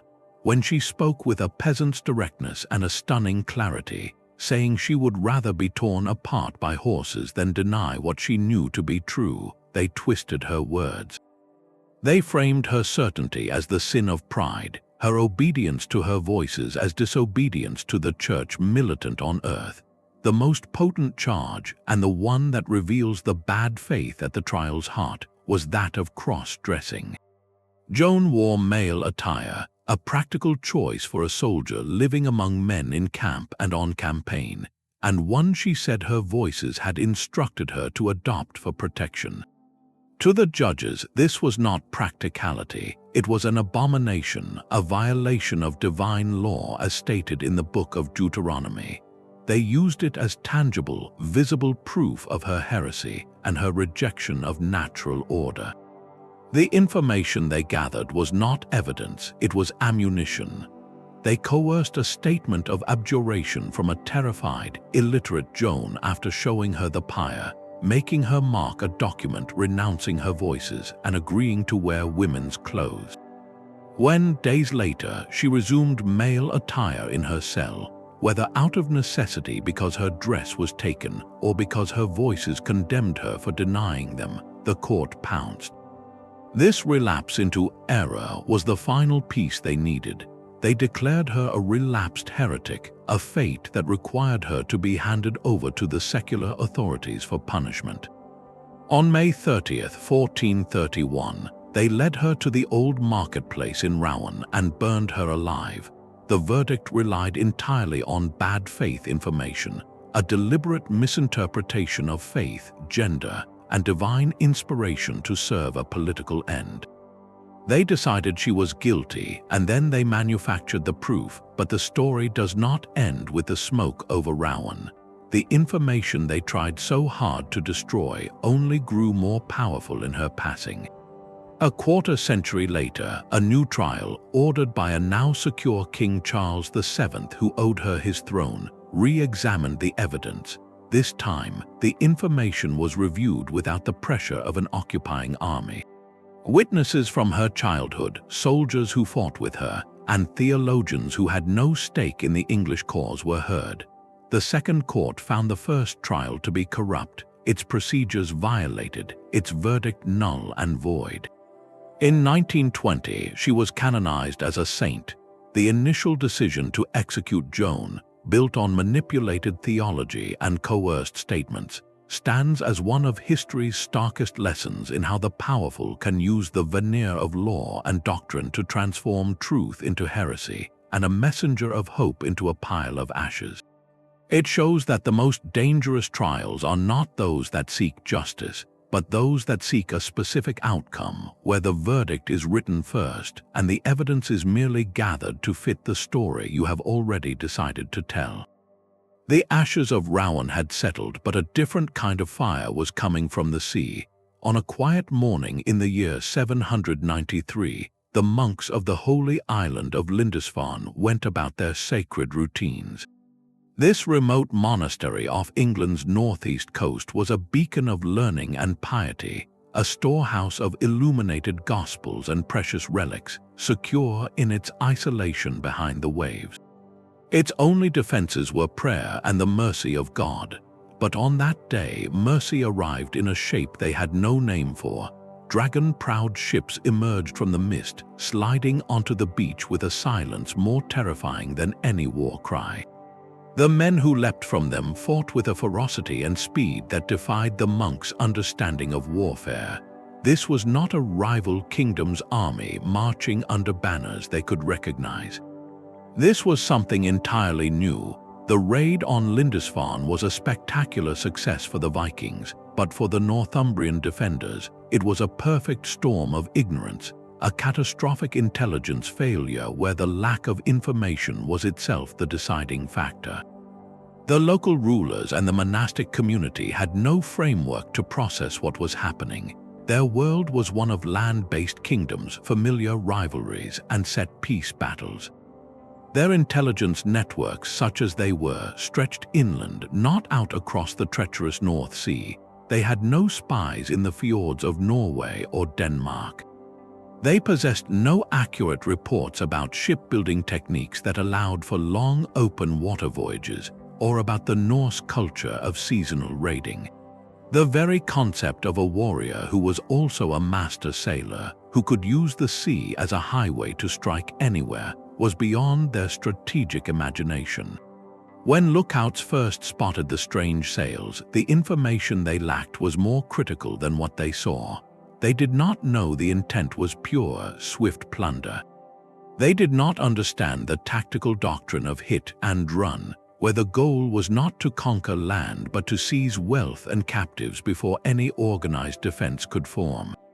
They likely misinterpreted the raid as a bizarre, localized act of piracy, or perhaps even as a divine punishment, rather than the opening move of a new era. The decision-making, or rather the lack of effective decision-making, by the Northumbrian defenders flowed directly from this void of knowledge. There was no plan for a seaborne assault on an island monastery, because such an assault had never been conceived of as a possibility. The local ealdorman or king, if he was even notified in time, would have had to raise a militia of farmers, which took days. By the time any meaningful force could be marshaled and marched to the coast, the raiders would be long gone, their ships heavy with gospel books, silver chalices, and weeping prisoners. The monks' only decision was a desperate one, born of a complete mismatch between their reality and the new threat. Some may have tried to hide the treasures, others to flee. Some undoubtedly met the onslaught with prayer, believing they were witnessing the end of days. Their vulnerability was absolute, not because they were cowardly or foolish, but because they were operating in an informational dark age regarding this specific danger. They were defending against the warfare of yesterday, while their attackers were perfecting the warfare of tomorrow. The shockwaves from Lindisfarne resonated far beyond its plundered altars. The raid was a brutal revelation, a data point of terrifying clarity that shattered old assumptions. For the Vikings, it was proof of concept, a signal that the richest, softest targets were utterly undefended from the sea. For the fractured kingdoms of Britain and the Carolingian Empire, it was a wake-up call that demanded a complete re-evaluation of their coastal security and their very understanding of geography. The sea was no longer a protective barrier, it had become a highway for terror. The true failure at Lindisfarne was not in the fighting, for there was scarcely any, but in the failure to imagine the threat before it landed on the beach. It teaches a timeless lesson about security, that the most devastating attacks often come not from a known enemy you have prepared for, but from a direction you never thought to look, wielded by an adversary you did not even know existed. The shimmering heat of the Galilean summer in 1187 was a weapon in itself. For nearly 9 decades, the Kingdom of Jerusalem had clung to the coast, a fragile crusader state surrounded by a sea of rivals. Its survival depended on a delicate balance of diplomacy, strong fortresses, and avoiding a single, catastrophic field battle. In July of that year, that careful strategy evaporated in a series of decisions made with fatally incomplete information. The catalyst was the brilliant Muslim commander, Saladin, who had united the surrounding lands. He laid siege to the fortress of Tiberias on the Sea of Galilee, but his true target was not the stone walls. It was the pride and impatience of the Crusader army. The Lord of Tiberias was Count Raymond, a man with deep local knowledge. His wife was trapped inside the besieged city, yet he gave the Frankish high command astonishing advice. He urged them to do nothing. He understood the landscape and the season.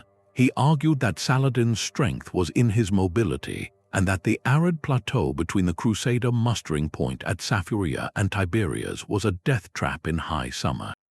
To march across it would be to play directly into Saladin's hands. The counter-argument came from other nobles, led by the headstrong Gerard de Rydefort, master of the Knights Templar, and Reynold of Chatillon. Their intelligence painted a different picture. They believed Saladin's army was divided, that a swift, aggressive march could catch him unprepared and deliver a glorious, decisive victory. They framed Raymond's caution as cowardice, or worse, secret sympathy for the enemy. King Guy of Jerusalem, a ruler whose authority was perpetually questioned by his own fractious barons, faced an impossible choice. He was presented with 2 conflicting sets of information about the same enemy and the same landscape. One came from a seasoned local lord advising a defensive, cautious strategy. The other came from militant hawks promising a quick, glorious end to the threat. The political pressure was immense. To refuse battle, to leave a noblewoman in enemy hands while an army sat idle, would be a humiliation that could shatter his already tenuous rule. On the night of July 2nd, King Guy made his decision. He ordered the army, perhaps 20,000 strong, including 1,200 of the finest heavy knights in the world, to abandon their well-watered camp at Saphuria and march to relieve Tiberias. It was a choice based on the bad information that victory was assured, that the enemy was weak, and that honor demanded a direct confrontation. Almost immediately, the true nature of their intelligence failure became clear. Saladin's army was not divided or weak, it was waiting. His light cavalry harassed the Crusader column from the moment it left the springs, preventing foraging parties from reaching the Sea of Galilee for water. The Frankish army, in full plate and chainmail under the brutal sun, began to slow and strangle on dust. They were not marching toward a vulnerable enemy, they were marching into a meticulously set snare. By midday, the advance had ground to a halt, still miles from any water.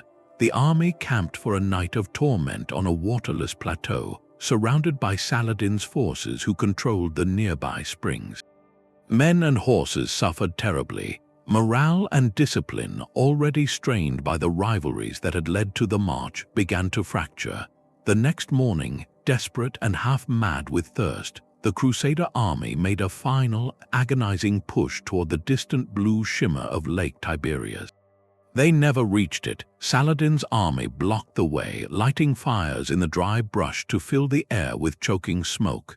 The Frankish infantry, broken by thirst, fled toward a hill known as the Horns of Hattin, leaving the knights isolated and vulnerable.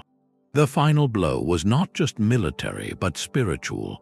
The army carried with it a sacred relic, the fragment believed to be the true cross, a symbol of divine favor.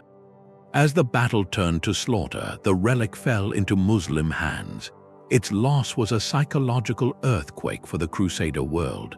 The entire fighting elite of the Kingdom of Jerusalem was captured or lost. King Guy and Reynold of Chatillon were taken before Saladin's tent. In a gesture rich with symbolic meaning, Saladin offered the parched king a cup of iced rose water. When Guy passed it to Reynold, Saladin intervened. He had made no promise of mercy to Reynold, whose raids he saw as acts of piracy, and he was executed. The decision to march to Hattin, born from political pressure and a willful misreading of the enemy and the land, did more than lose a battle. It lost a kingdom. With its army destroyed, the fortified cities of the Crusader state, including Jerusalem itself, had no hope of relief. They fell one by one. The legacy of Hattin is a masterclass in how bad information is rarely just a simple mistake. It is often the story we choose to believe because it aligns with our desires, our pride, or our political necessities, while we dismiss the inconvenient truths whispered by experience and the land itself.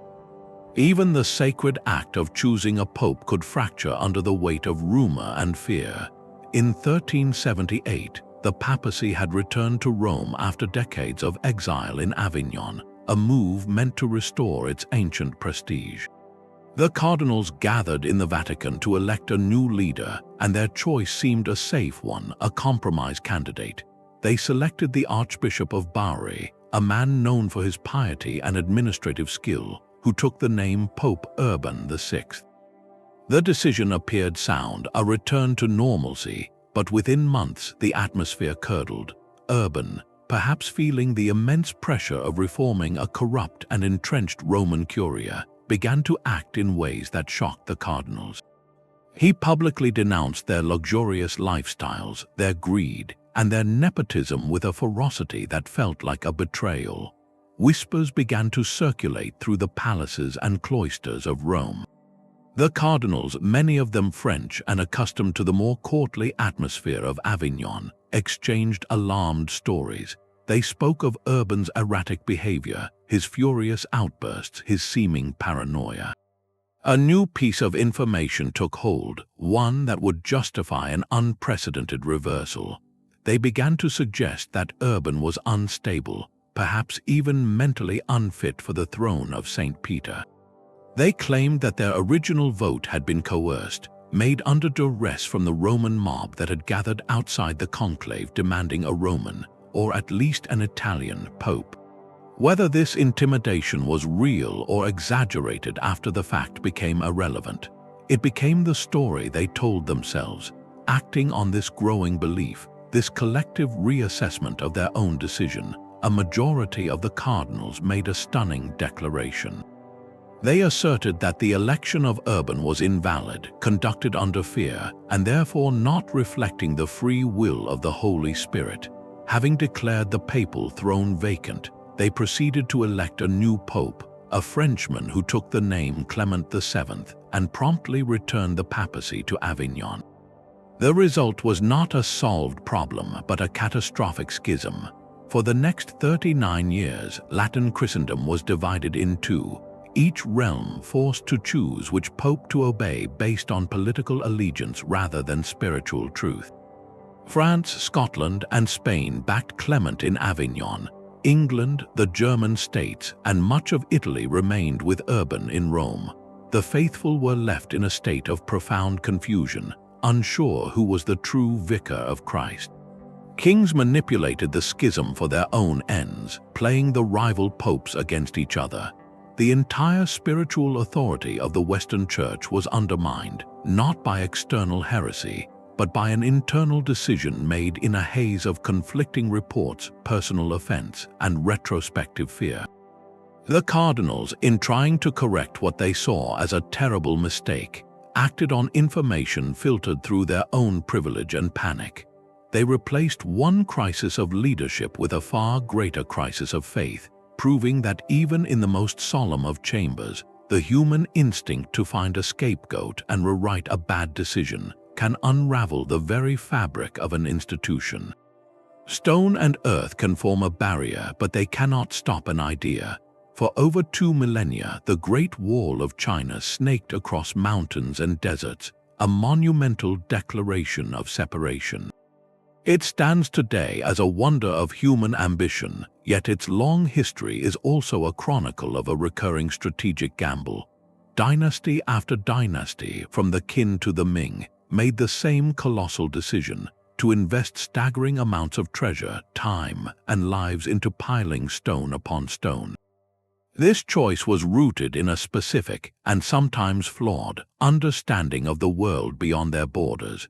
The intelligence guiding these emperors consistently portrayed the northern steppes as a unified, existential threat, a single, vast horde poised to descend upon the civilized lands of the Middle Kingdom. The wall was the logical answer to that perceived threat, a permanent line of defense that would clearly mark where the empire ended and chaos began. But this was a simplification of a complex, shifting reality. The nomadic peoples north of the wall, from the Xiongnu to the Mongols, were rarely a monolithic force. They were often fragmented into competing tribes and confederations, their movements dictated as much by climate, pasture, and internal politics as by any grand design to conquer China. The decision to build assumed a static enemy, one that would respect a fixed line on a map. Yet the very geography the wall traversed taught a different lesson. It spanned some of the most inhospitable terrain on Earth, places where maintaining a garrison was a logistical nightmare. In winter, rivers froze solid, creating natural bridges that rendered whole sections useless. In the vast, empty stretches of the go-by, a determined group could simply go around. The wall was not, and could never be, a continuous, impenetrable shield. It was a series of fortified choke points and watchtowers connected by long, vulnerable stretches of rammed earth. Its true function was as a psychological border and a control mechanism, slowing down raids and channeling movement toward guarded gates where trade could be taxed and armies could be marshaled. But when a truly unified force did emerge, like the Mongols under Genghis Khan, the assumptions behind the wall crumbled. The Mongols did not see an insurmountable barrier, they saw a logistical challenge. They bribed or defeated garrison commanders, found unguarded passes, or simply waited for a traitor to open a gate. The Ming dynasty, which built most of the iconic stone walls we see today, poured unimaginable resources into this project even as their intelligence failed to grasp the changing nature of the threat. They fortified against the memory of the Mongols while new pressures emerged. The decision to keep building was as much about internal politics and demonstrating imperial might to their own people as it was about external defense. It was a visible, tangible proof that the emperor was protecting the realm, a powerful symbol that often mattered more than its military utility. The wall, therefore, represents one of history's most enduring case studies in strategic decision-making based on incomplete information. It was a solution to a problem defined in a certain way, a way that overlooked the adaptability of the enemy and the impossibility of sealing a continent. Its legacy is dual, a testament to incredible human perseverance and a silent lesson in the limits of any barrier, no matter how grand, when the world on the other side refuses to stay still. The belief in a wall's strength is one thing, but the belief in a city's divine protection is another entirely. By the middle of the 13th century, the city of Baghdad was the jewel of the Islamic world, a center of learning, art, and commerce that had flourished for 500 years under the rule of the Abbasid caliphs. Its ruler, Caliph al-Mustasim, presided over this legacy from a palace of unparalleled luxury, surrounded by courtiers who assured him of his power and God's favor. When a new threat emerged from the east, however, the information reaching the caliph's court became dangerously distorted by this very atmosphere of self-assurance.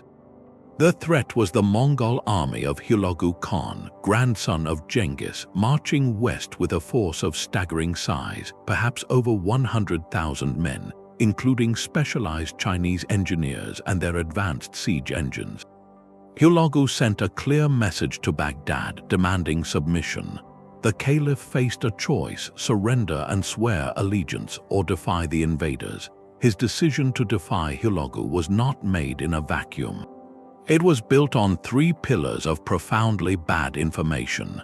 The first was a complete misunderstanding of the Mongols' military capability. Baghdad's advisors, living in a world of courtly intrigue, dismissed the reports of Mongol ferocity and engineering skill as exaggerated tales from frightened refugees. They believed the stories of cities leveled in the east were myths, unable to conceive of an army that could truly threaten the massive, double-walled defenses of their own metropolis. The second pillar was an overestimation of those very defenses. The caliph's military commanders assured him that the city's walls, its garrison, and the surrounding geography, including the Tigris River, made it impregnable. They spoke of past sieges that had failed, of the city's ability to withstand any assault.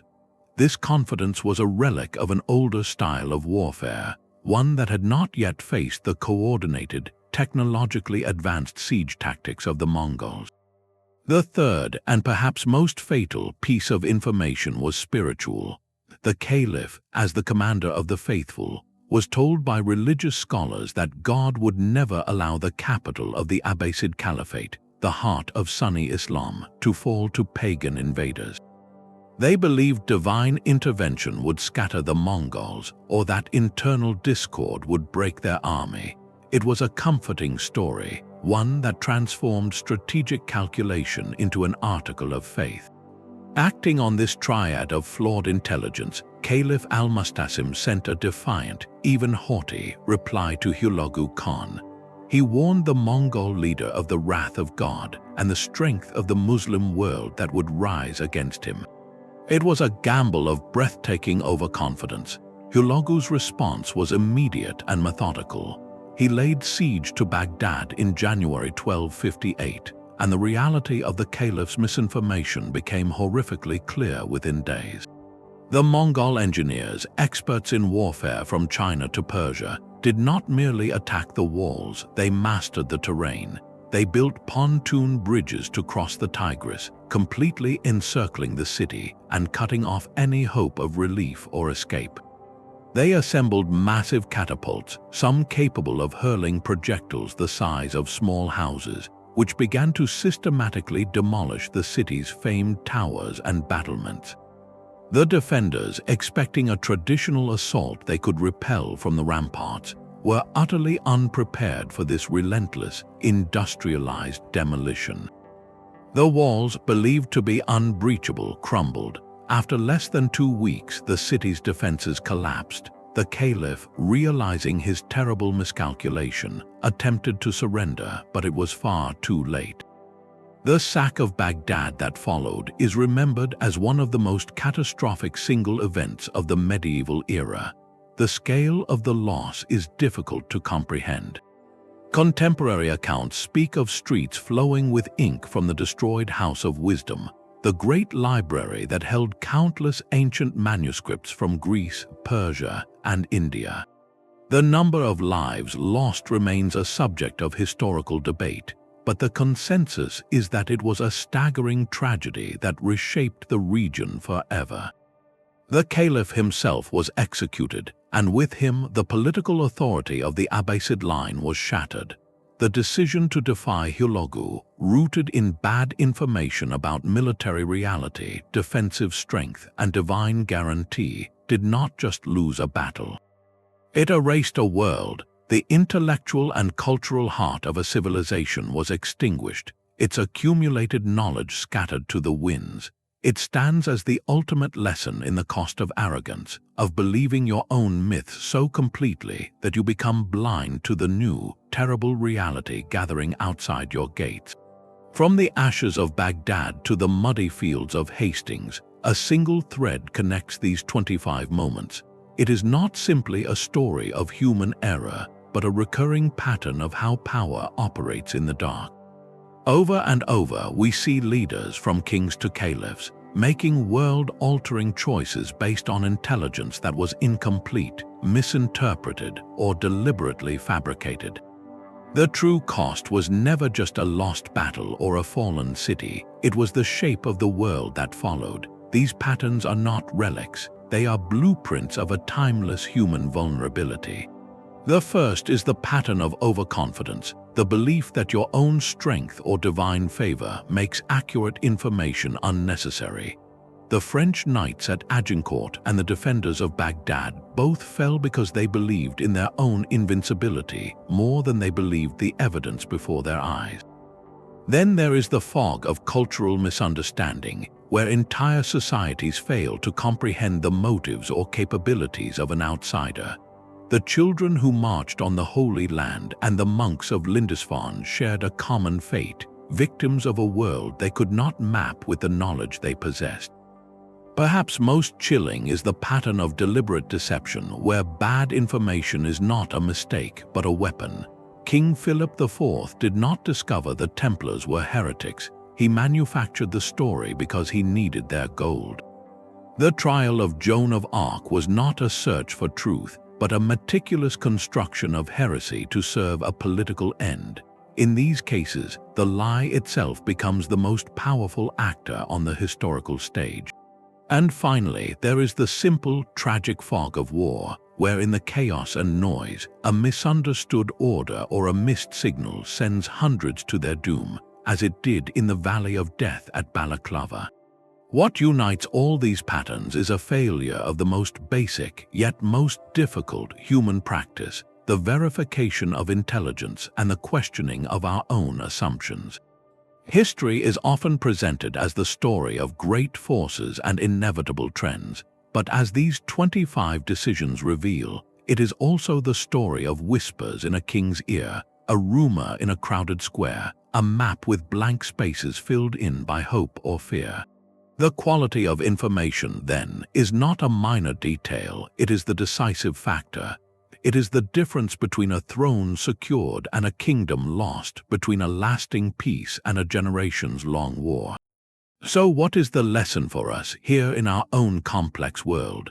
We are not deciding the fate of empires from a war tent, but we are constantly making choices, large and small, based on the information that floods our screens and fills our conversations. We vote, we invest, we form opinions, all based on a modern landscape of data that can be just as murky, just as manipulated, and just as misunderstood as any medieval rumor. The call from history is not to despair, but to cultivate a disciplined curiosity. It asks us to pause and ask, what am I not seeing? Whose voice is missing from this story? What does the person telling me this have to gain? The 25 decisions we have explored are not ancient blunders to be pitied from a distance. They are mirrors, reflecting back the timeless and urgent need to seek better information, to listen to the dissenting voice, and to remember that the most dangerous assumption is the one we never think to question. What decisions are we making today, built on the shaky ground of our own modern forms of bad information?